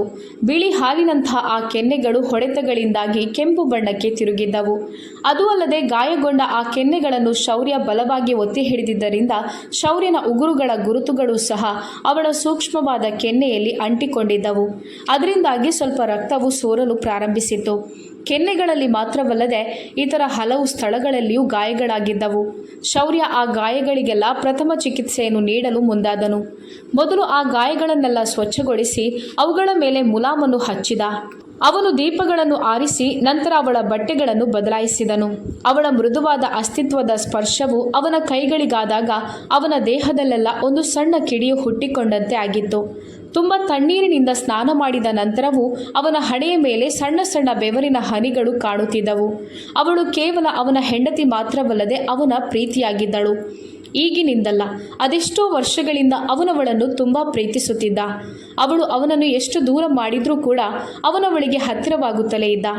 ಈ ರೀತಿ ಅವನು ಅವಳ ಸೊಂಟವನ್ನು ಬಿಗಿಯಾಗಿ ಹಿಡಿದು ಅವಳನ್ನು ನೇರಗೊಳಿಸಿದಾಗ ಪ್ರಜ್ಞಾಹೀನ ಸ್ಥಿತಿಯಲ್ಲಿಯೂ ಕೂಡ ಅವಳು ಉಮ್ಮಳಿಸಲು ಪ್ರಾರಂಭಿಸಿದ್ದಳು. ಆ ಕತ್ತಲೆಯಲ್ಲೂ ಕೂಡ ಅವಳ ಸೂಕ್ಷ್ಮವಾದ ನಯವಾದ ತ್ವಚೆಯ ಮೇಲೆ ಅವನ ಕೈಗಳು ತಿರುಗುವಾಗ ಅವಳ ನೋವನ್ನು ಅರ್ಥ ಮಾಡಿಕೊಳ್ಳಲು ಅವನು ಪ್ರಯತ್ನಿಸುತ್ತಿದ್ದ. ಆದರೆ ಅವಳಿಗೆ ಎಲ್ಲಿ ನೋವಾಗುತ್ತಿದೆ ಅಂತ ಅವನಿಗೆ ಅರ್ಥವಾಗುತ್ತಿರಲಿಲ್ಲ. ಅವಳ ಬಟ್ಟೆಗಳನ್ನು ಬದಲಾಯಿಸಿದ ನಂತರ ಶೌರ್ಯ ಎಲ್ಲ ಲೈಟ್ಸ್ಗಳನ್ನು ಆನ್ ಮಾಡಿದ್ದ. ಆಗ ತಕ್ಷಣವೇ ಆ ಕೋಣೆಯು ಎಲ್ಲ ದೀಪಾಲಂಕಾರದಿಂದ ಬೆಳಗಿತು. ಆ ಸಮಯ ಅವಳು ಗುಲಾಬಿ ಬಣ್ಣದ ನೈಟ್ ಡ್ರೆಸ್ನಲ್ಲಿದ್ದಳು ಹಾಗೂ ಅವಳು ಕೂಡ ಗುಲಾಬಿಯಂತೆ ಕಾಣುತ್ತಿದ್ದಳು. ಶೌರ್ಯ ಅವಳ ಮುಖದ ಮೇಲಿನ ಆ ಗುರುತುಗಳನ್ನು ತುಂಬ ನಿಧಾನವಾಗಿ ಮುಟ್ಟುತ್ತಾ ಅವುಗಳಿಗೆ ತನ್ನ ತುಟಿಯ ಸ್ಪರ್ಶವನ್ನು ನೀಡಿದ ಹಾಗೂ ಅವನು ಮತ್ತೆ ಎಲ್ಲೂ ನಿಲ್ಲದೆ ತನ್ನ ತುಟಿಗಳಿಂದ ಅವಳ ಇಡೀ ಮುಖದ ಮೇಲೆ ತನ್ನ ಮೃದುವಾದ ಭಾವನೆಯನ್ನು ಕೊಡುತ್ತಲೇ ಇದ್ದ. ನಂತರ ಅವನ ತುಟಿಗಳು ಅವಳ ತುಟಿಗಳ ಕಡೆ ಬಂದಾಗ ಅವನ ಉಸಿರು ಆಳವಾಗುತ್ತಾ ಹೋಯಿತು. ಅವನು ತನ್ನ ಹಣೆಯನ್ನು ಅವಳ ಹಣೆ ಮೇಲೆ ಜೋಡಿಸಿ ಒಂದು ಆಳವಾದ ಉಸಿರನ್ನು ತೆಗೆದುಕೊಂಡ. ನಂತರ ಅವಳ ಸೂಕ್ಷ್ಮವಾದ ತುಟಿಗಳನ್ನು ಮುಟ್ಟುವುದರಿಂದ ಹಿಂದೆ ಸರಿದ. ಯಾಕಂದರೆ ಶಿವಾನಿ ಪ್ರಜ್ಞಾಹೀನ ಸ್ಥಿತಿಯಲ್ಲಿರುವಾಗ ತಾನು ತನ್ನ ನಿಯಂತ್ರಣವನ್ನು ಕಳೆದುಕೊಂಡರೆ ಅವಳು ಉಸಿರಾಡುವುದಕ್ಕೆ ಕಷ್ಟಪಡಬೇಕಾಗುತ್ತದೆ ಅಂತ ಅಂದುಕೊಂಡ. ಆ ರೀತಿ ಆಗೋದು ಅವನಿಗೆ ಇಷ್ಟ ಇರಲಿಲ್ಲ. ತಾನು ಅವಳನ್ನು ಸಂಪೂರ್ಣವಾಗಿ ಪಡೆಯುವಾಗ ಅವಳು ಪ್ರಜ್ಞೆಯಲ್ಲೇ ಇರಬೇಕೆಂದು ಅವನು ಬಯಸಿ ಅಲ್ಲಿಂದ ಎದ್ದೇಳಲು ಪ್ರಯತ್ನಿಸಿದಾಗ ಪ್ರಜ್ಞಾಹೀನ ಸ್ಥಿತಿಯಲ್ಲಿದ್ದ ಶಿವಾನಿ ಅವಳಿಗೆ ಅರಿವಿಲ್ಲದಂತೆ ಅವನ ಬೆರಳನ್ನು ಹಿಡಿದಿದ್ದಳು. ಆ ಸ್ಥಿತಿಯಲ್ಲಿಯೂ ಕೂಡ ಅವಳಿಗೆ ಅವನ ಆಸರೆ ಬೇಕಾಗಿತ್ತು. ಇದರಿಂದಾಗಿ ಶೌರ್ಯನ ಮನಸ್ಸು ಪುನಃ ಒಮ್ಮೆ ಅಲ್ಲೋಲ ಕಲ್ಲೋಲವಾಗತೊಡಗಿತ್ತು. ಆದರೆ ಈ ಸಲ ಅವನು ತನ್ನ ಹೃದಯವನ್ನು ನಿಯಂತ್ರಣದಲ್ಲಿಟ್ಟುಕೊಂಡು ಆಳವಾದ ಉಸಿರನ್ನು ತೆಗೆಯುತ್ತಾ ದೀಪಗಳನ್ನು ಆರಿಸಿದನು. ನಂತರ ಅವನು ಬೆಡ್ಡಿನ ಹೆಡ್ಬೋರ್ಡ್ಗೆ ತಲೆಯನ್ನು ಒರಗಿಸಿ ಕುಳಿತುಕೊಂಡು, ಶಿವಾನಿ, ನಿನ್ನ ಜಾಗದಲ್ಲಿ ಬೇರೆ ಯಾರಾದರೂ ಇದ್ದಿದ್ರೆ ಇಷ್ಟರವರೆಗೆ ಅವರ ಪರಿಸ್ಥಿತಿ ಏನಾಗ್ತಿತ್ತು ಎಂಬ ನಿನ್ನ ಯೋಚನೆಯೂ ಸಹ ಅಲ್ಲಿಗೆ ತಲುಪಲು ಸಾಧ್ಯವಿರುತ್ತಿರಲಿಲ್ಲ. ಕೇವಲ ನಾನು ನಿನ್ನನ್ನು ಪ್ರೀತಿಸುತ್ತಿದ್ದೇನೆ ಎಂಬ ಒಂದೇ ಒಂದು ಕಾರಣಕ್ಕೋಸ್ಕರ ನೀನು ಉಳಿದೆ. ಇದೊಂದು ಕೇವಲ ಪ್ರೀತಿಯಲ್ಲ, ಹುಚ್ಚುತನ. ನಾನು ಬಯಸಿದರೆ ಈಗಲೇ ನಾನು ನನ್ನ ಹಕ್ಕನ್ನು ನಿನ್ನಿಂದ ಪಡೆದುಕೊಳ್ಬೋದು. ಆದರೆ ಇದು ಸರಿಯಾದ ಸಮಯವಲ್ಲ. ನೀನು ನಿನ್ನ ಸಂಪೂರ್ಣ ಪ್ರಜ್ಞಾವಸ್ಥೆಯಲ್ಲಿರುವಾಗ ನಾನು ನನ್ನ ಹಕ್ಕನ್ನು ತೀಕ್ಷ್ಣವಾದ ತೀವ್ರತೆಯೊಂದಿಗೆ ಪಡೆಯುತ್ತೇನೆ. ನಿನ್ನ ಮೇಲೆ ನನ್ನ ಪ್ರೀತಿಯ ಮುದ್ರೆಗಳನ್ನು ಹಾಕುತ್ತೇನೆ. ನಿನ್ನ ನರಳಾಟ, ಅಳು ಈ ಕೋಣೆಯಲ್ಲಿ ಪ್ರತಿಧ್ವನಿಸಬೇಕು. ಆಗಲೇ ಈ ಹೃದಯದ ದಾಹ ತಣಿಯುತ್ತದೆ ಎಂದು ಮನಸ್ಸಲ್ಲೇ ತನ್ನ ಭಾವನೆಯನ್ನು ವ್ಯಕ್ತಪಡಿಸುತ್ತಿದ್ದ. ಮರುದಿನ ಅವನ ಕಣ್ಣುಗಳು ಆ ಅಲಾರಾಂನ ಶಬ್ದಕ್ಕೆ ಎಚ್ಚೆತ್ತುಕೊಂಡಿದ್ದವು. ಆಗ ಅವನು ನಿರಾಯಾಸವಾಗಿ ಅದರ ಮೇಲೆ ತನ್ನ ಕೈಯನ್ನು ಹೊಡೆಯುತ್ತಾ ಆ ರಿಂಗಣಿಕೆಯನ್ನು ನಿಲ್ಲಿಸಿದ. ತಕ್ಷಣವೇ ತನ್ನ ಎದೆಯ ಮೇಲೆ ಇರುವಂಥ ಭಾರವನ್ನು ಅನುಭವಿಸಿದ ಅವನು ಮೆಲ್ಲನೆ ಕಣ್ಣು ತೆರೆದು ನೋಡಿದಾಗ ತನ್ನ ಎದೆಯ ಮೇಲೆ ತಲೆಯಿಟ್ಟು ಗಾಢ ನಿದ್ರೆಯಲ್ಲಿದ್ದ ಶಿವಾನಿಯನ್ನು ನೋಡಿ ಅಲ್ಲೇ ಸ್ತಬ್ಧನಾದ. ಅವಳು ಈ ರೀತಿ ಇಷ್ಟೊಂದು ಹತ್ತಿರ ಮಲಗಿದ್ದನ್ನು ನೋಡಿದ ಶೌರ್ಯನ ಹೃದಯ ಪುನಃ ಒಮ್ಮೆ ಸಂಚಲನವನ್ನು ಉಂಟು ಮಾಡಿತು. ಈ ಹುಡುಗಿ ನನ್ನನ್ನು ಈ ರೀತಿ ಪರೀಕ್ಷಿಸುತ್ತಲೇ ಇರುತ್ತಾಳೆ ಎಂದು ಯೋಚಿಸುತ್ತಿದ್ದ ಅವನು ಅವಳನ್ನು ಇನ್ನಷ್ಟು ಬಿಗಿಯಾಗಿ ಹಿಡಿದುಕೊಳ್ಳುತ್ತಾ ತನ್ನ ತೋಳುಗಳಲ್ಲಿ ಬಳಸಿಕೊಂಡ. ಆಗ ಶಿವಾನಿಯ ಒಂದು ಸಣ್ಣ ನರಳಾಟವು ಹೊರಗೆ ಬಂದಿತು. ಅವನು ತಕ್ಷಣವೇ ಹಿಂದೆ ಸರಿದ. ಶಿವಾನಿ ಮೆಲ್ಲನೆ ತನ್ನ ಕಣ್ಣುಗಳನ್ನು ತೆರೆದಾಗ ಆ ಕ್ಷಣದಲ್ಲಿ ಶೌರ್ಯ ತನ್ನ ಕಣ್ಣುಗಳನ್ನು ಮುಚ್ಚಿದ. ನಾನಿವರ ತೋಳುಗಳಲ್ಲಿ ರಾತ್ರಿ ಪೂರ್ತಿ ಇಲ್ಲ ಇಲ್ಲ ಎನ್ನುತ್ತಾ ಅವಳು ಒಮ್ಮೆಲೆ ಹಿಂದೆ ಸರಿಯಲು ನೋಡಿದಾಗ ಮೊದಲೇ ನೋವಿನಲ್ಲಿದ್ದ ಅವಳ ಸೊಂಟವು ಅವಳನ್ನು ಆ ರೀತಿ ಹಿಂದೆ ಸರಿಯಲು ಬಿಡಲಿಲ್ಲ. ಅವಳು ಪುನಃ ತನ್ನ ತಲೆಯನ್ನು ಅವನ ಎದೆಯ ಮೇಲೆ ಇಟ್ಟು ತಲೆ ಎತ್ತಿ ಆ ಸುಂದರ ಆದರೂ ತನಗಿಂತ 9 ವರ್ಷ ದೊಡ್ಡವನಾಗಿದ್ದ ಆ ಮುಂಗೋಪಿ ವ್ಯಕ್ತಿಯನ್ನು ನೋಡಿದಾಗ ಶಿವಾನಿಯ ಹೃದಯ ವೇಗವಾಗಿ ಬಡಿಯಲು ಪ್ರಾರಂಭಿಸಿತು. ಅವರೆಷ್ಟು ಹತ್ತಿರವಾಗಿದ್ದಾರೆಂದರೆ ಇಬ್ಬರ ಬಿಸಿಯುಸಿರು ಒಬ್ಬರಿಗೊಬ್ಬರ ಮುಖದ ಮೇಲೆ ಓಡಾಡುತ್ತಿದ್ದವು. ನಂತರ ಶಿವಾನಿಯ ಹಿಂದೆ ಸರಿಯಲು ಹರಸಾಹಸ ಪಡುತ್ತಿದ್ದಾಗ ಶೌರ್ಯ ಮೌನವಾಗಿ ಅವಳನ್ನು ಹಿಂದೆ ಸರಿಸಿ ತಾನೇ ಎದ್ದು ಬಾತ್ರೂಮಿನ ಕಡೆ ಹೋದ. ನೆನ್ನೆ ಮಾಡಿದ ಅವಳ ಆ ತಪ್ಪಿಗೆ ಅವನು ಅಷ್ಟು ಬೇಗ ಕ್ಷಮೆ ನೀಡುವ ಉದ್ದೇಶವನ್ನು ಹೊಂದಿರಲಿಲ್ಲ. ಶಿವಾನಿ ಆಳವಾದ ಉಸಿರನ್ನು ತೆಗೆದುಕೊಳ್ಳುತ್ತಾ ಯಾವುದೇ ಹಿಂಜರಿಕೆ ಇಲ್ಲದೆ ತನ್ನ ಬಟ್ಟೆಗಳ ಮೇಲೆ ಗಮನವನ್ನು ಹರಿಸಿದಳು. ಆಗ ಅವಳ ಕಣ್ಣುಗಳಿಂದ ಮಿತಿಯಿಲ್ಲದ ಕಣ್ಣೀರು ಹರಿಯುತ್ತಲೇ ಹೋಯಿತು. ಏನು, ಶೌರ್ಯ ತನ್ನ ಹಕ್ಕನ್ನು ತೆಗೆದುಕೊಂಡನೆ?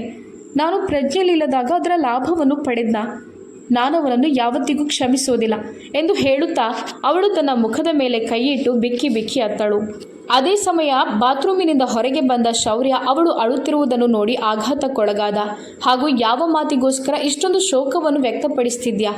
ಜೀವ ಉಳಿದಿದೆ ಅಂತಾನ ಅಥವಾ ಶೌರ್ಯನ ಹುಚ್ಚುತನದಿಂದ ರಕ್ಷಣೆ ಪಡೆದಿದ್ಯಾ ಅಂತಾನ ಎಂದು ಅವನು ವ್ಯಂಗ್ಯದ ನೋಟವನ್ನು ಬೀರಿ ಕನ್ನಡಿಯ ಮುಂದೆ ಸೊಗಸಾದ ರೀತಿಯಲ್ಲಿ ಸಿದ್ಧನಾಗುತ್ತಾ ಸುಗಂಧದ ದ್ರವ್ಯಗಳನ್ನು ತನ್ನ ಮೇಲೆ ಸಿಂಪಡಿಸಿ ಅವಳನ್ನು ನೋಡಿ ಕೇಳುತ್ತಿದ್ದ. ಅವನ ಹೀಯಾಳಿಕೆಯ ಮಾತುಗಳನ್ನು ಕೇಳಿಸಿಕೊಂಡ ಶಿವಾನಿ ಒಮ್ಮೆಲೆ ನೀವು ನನ್ನ ಪ್ರಜ್ಞಾಹೀನ ಸ್ಥಿತಿಯ ಲಾಭವನ್ನು ಪಡೆದುಕೊಂಡಿದ್ದೀರಾ ಎಂದು ಅಳುತ್ತಾ ತನ್ನ ಮಾತನ್ನು ಪೂರ್ಣಗೊಳಿಸಲು ಸಾಧ್ಯವಾಗದೆ ಗದ್ಗದಿತ ಸ್ವರದೊಂದಿಗೆ ಕೇಳುತ್ತಿದ್ದಳು. ಅವಳ ಮಾತು ಕೇಳಿ ಶೌರ್ಯ ಅವಳ ಕಡೆಗೆ ತಿರುಗಿ, ನೀನು ವಾಸ್ತವದಲ್ಲಿ ಇದೆಯಾ? ಯಾವ ರೀತಿ ಅಸಂಬದ್ಧವಾಗಿ ಮಾತನಾಡುತ್ತಿದ್ದೀಯಾ ಅಂತ ನಿನಗೆ ಗೊತ್ತಿದ್ಯಾ? ಈ ಶೌರ್ಯ ಸಿಂಹನನ್ನು ನಿಭಾಯಿಸುವಷ್ಟು ಶಕ್ತಿ ನಿನ್ನೊಳಗೆ ಇದೆಯಾ ಎಂದು ಅವನು ಕೋಪದಿಂದ ತನ್ನ ಹೆಜ್ಜೆಗಳನ್ನು ಇಡುತ್ತಾ ಅವಳ ಮುಂದೆ ಬಂದು ನಿಂತಿದ್ದ. ಅವನ ಮಾತು ಕೇಳಿ ಶಿವಾನಿ ಭಯಭೀತಳಾಗಿ ಹಿಂದೆ ಸರಿದಿದ್ದಳು. ಅವನು ಬೆಡ್ನ ಬೋಟ್ ಮೇಲೆ ಕೈಯನ್ನಿಡುತ್ತಾ ಅವಳ ಮುಂದೆ ಬಾಗಿ, ನಾನು ನಿನ್ನ ಪ್ರಜ್ಞಾಹೀನ ಸ್ಥಿತಿಯಲ್ಲಿ ನನ್ನ ಹಕ್ಕನ್ನು ಪಡೆಯುತ್ತೇನೆಂಬ ಭ್ರಮೆಯಲ್ಲಿ ಯಾವತ್ತೂ ಇರಬೇಡ. ನೀನು ಸಂಪೂರ್ಣವಾದ ಪ್ರಜ್ಞೆಯಲ್ಲಿದ್ದುಕೊಂಡು ನನ್ನಿಂದ ನೆಮ್ಮದಿಯನ್ನು ಪಡೆಯುವುದನ್ನು ನಾನು ನೋಡಬೇಕು. ಅದು ನನ್ನ ಬಯಕೆ.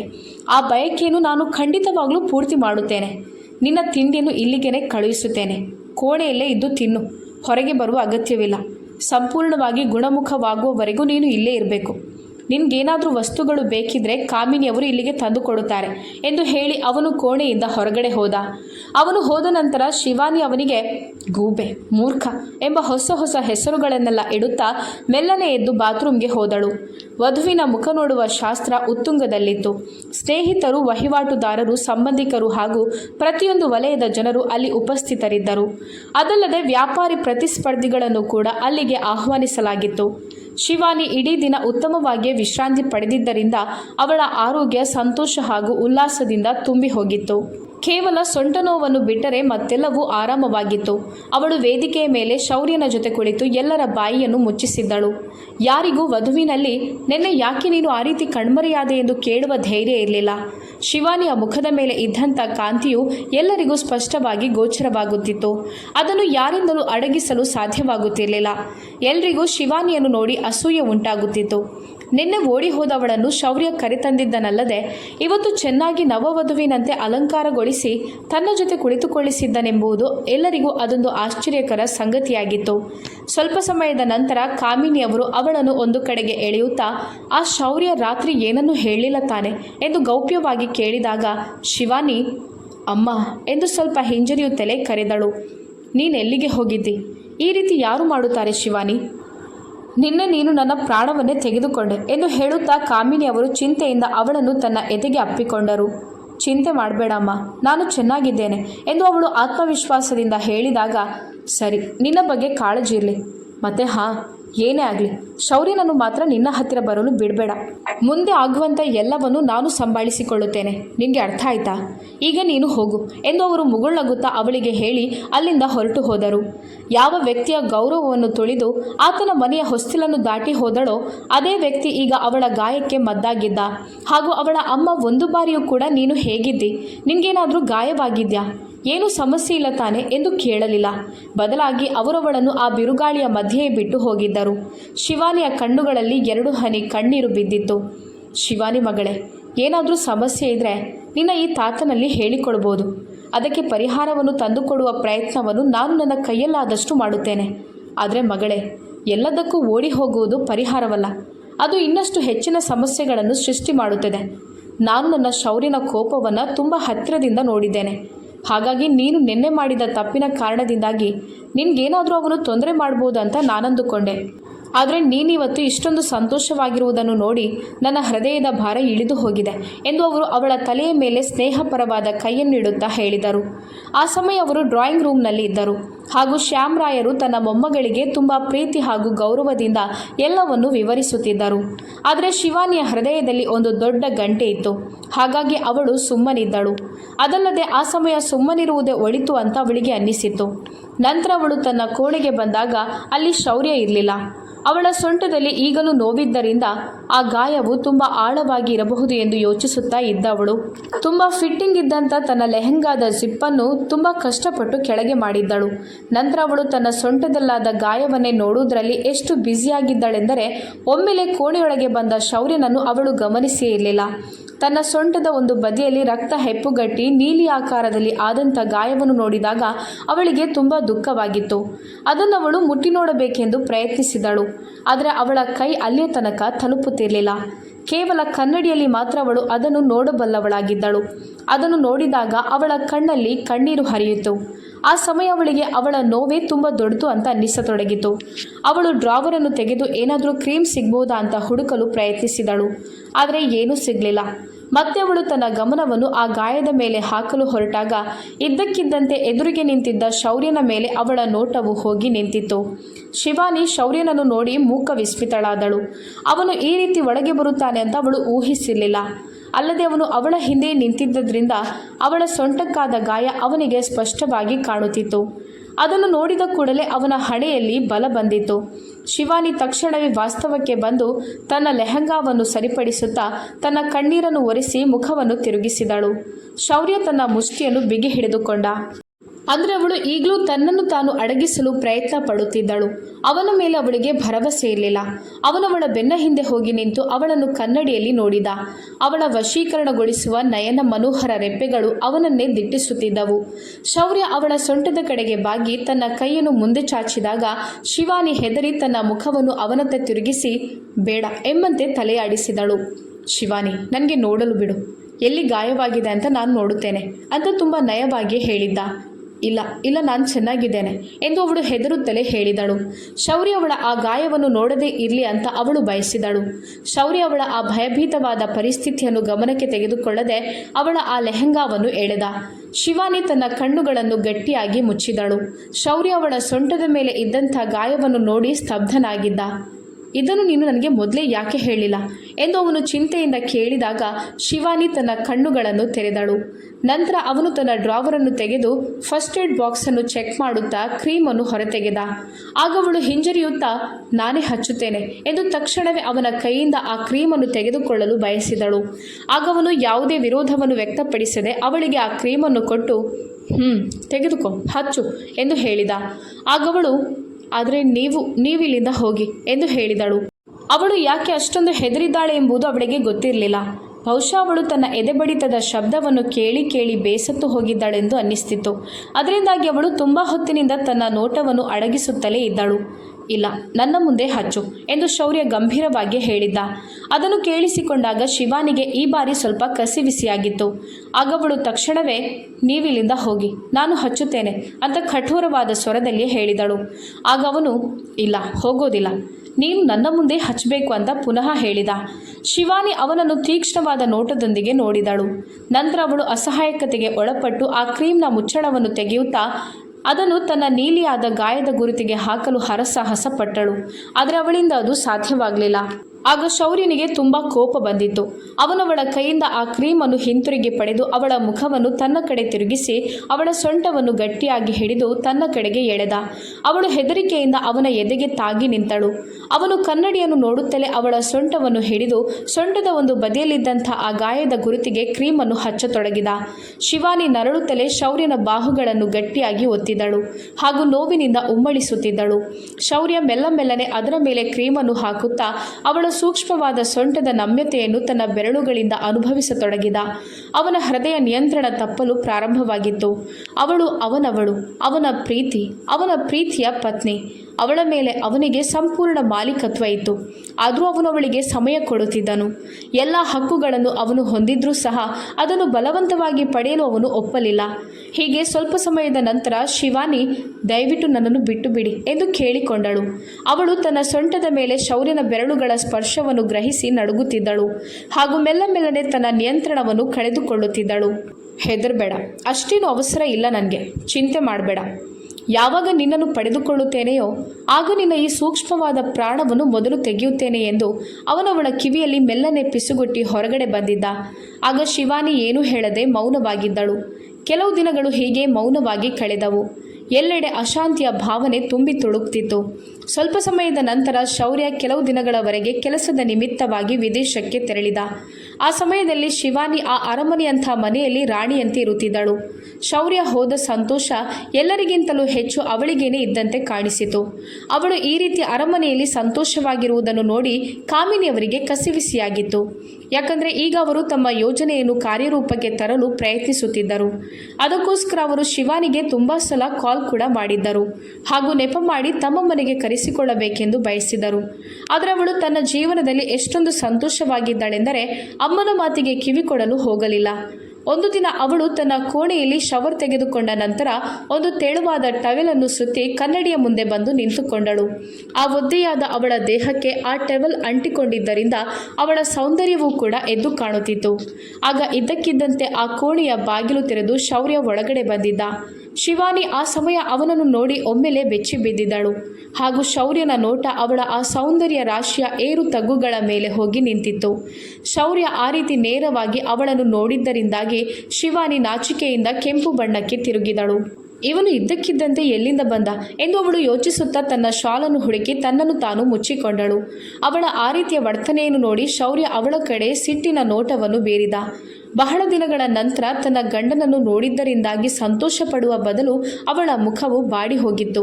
ಆನಂತರ ಅವನು ಸ್ವಲ್ಪ ಗಂಭೀರವಾಗಿಯೇ, ನಿನ್ನ ಅಮ್ಮನ ಆರೋಗ್ಯ ಸರಿಯಿಲ್ಲ, ನಿನ್ನನ್ನು ಕರೆದಿದ್ದಾರೆ, ಬಾ, ನಾನು ನಿನ್ನನ್ನು ಬಿಟ್ಟು ಬರುತ್ತೇನೆ ಎಂದು ಅವನು ಯಾವುದೇ ಭಾವನೆಗಳನ್ನು ವ್ಯಕ್ತಪಡಿಸದೆ ಹೇಳಿದ.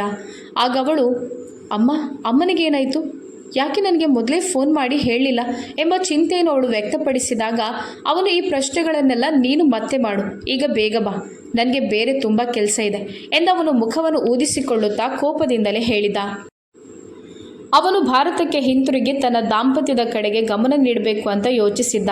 ಆದರೆ ಈಗ ಅವನ ತಾತ ಶಿವಾನಿಯನ್ನು ಅವಳ ಅಮ್ಮನ ಮನೆಗೆ ಬಿಟ್ಟು ಬರಬೇಕೆಂದು ಆದೇಶ ನೀಡಿದ್ದರಿಂದಾಗಿ ಸ್ವಲ್ಪ ಬೇಸರಗೊಂಡ ಅವನು ಅವಳನ್ನು ತಾಯಿ ಮನೆಗೆ ಬಿಡಬೇಕಾಗಿ ಬಂದಿತ್ತು. ಹೀಗೆ ಕಾರು ಅವಳ ಮನೆಯ ಮುಂದೆ ನಿಂತಿರುವಾಗ ಅವರಿಬ್ಬರ ನಡುವೆ ಒಂದು ಕ್ಷಣ ಆಳವಾದ ಮೌನವು ಏರ್ಪಟ್ಟಿತು. ಶಿವಾನಿ ಶೌರ್ಯ ಸಿಂಹ, ಅದು ನೀನು ಮಾಡಿದ ಮೊದಲ ಹಾಗೂ ಕೊನೆಯ ತಪ್ಪಾಗಿರಬೇಕು. ಅದನ್ನು ನಾನು ಕ್ಷಮಿಸಿದ್ದೇನೆ. ಒಂದು ವೇಳೆ ನೀನಿಲ್ಲಿಗೆ ಬಂದು ಪುನಃ ಅಂತ ತಪ್ಪನ್ನು ಮುಂದುವರಿಸಿದರೆ ನೆನಪಿಡು, ಇನ್ನು ಮುಂದೆ ನಿನಗೆ ಕ್ಷಮೆ ಎಂಬುದು ಇರೋದಿಲ್ಲ. ಅಮ್ಮನ ಮನೆಗೆ ಬಂದಿದ್ದಿ, ಆರಾಮದಿಂದ ಅಮ್ಮನ ಸೇವೆ ಮಾಡು. ನಾನು ನಿನ್ನನ್ನು ಕರೆದುಕೊಂಡು ಹೋಗಲು ಬರುವಾಗ ನೀನು ನನ್ನ ಜೊತೆ ಬರಬೇಕು.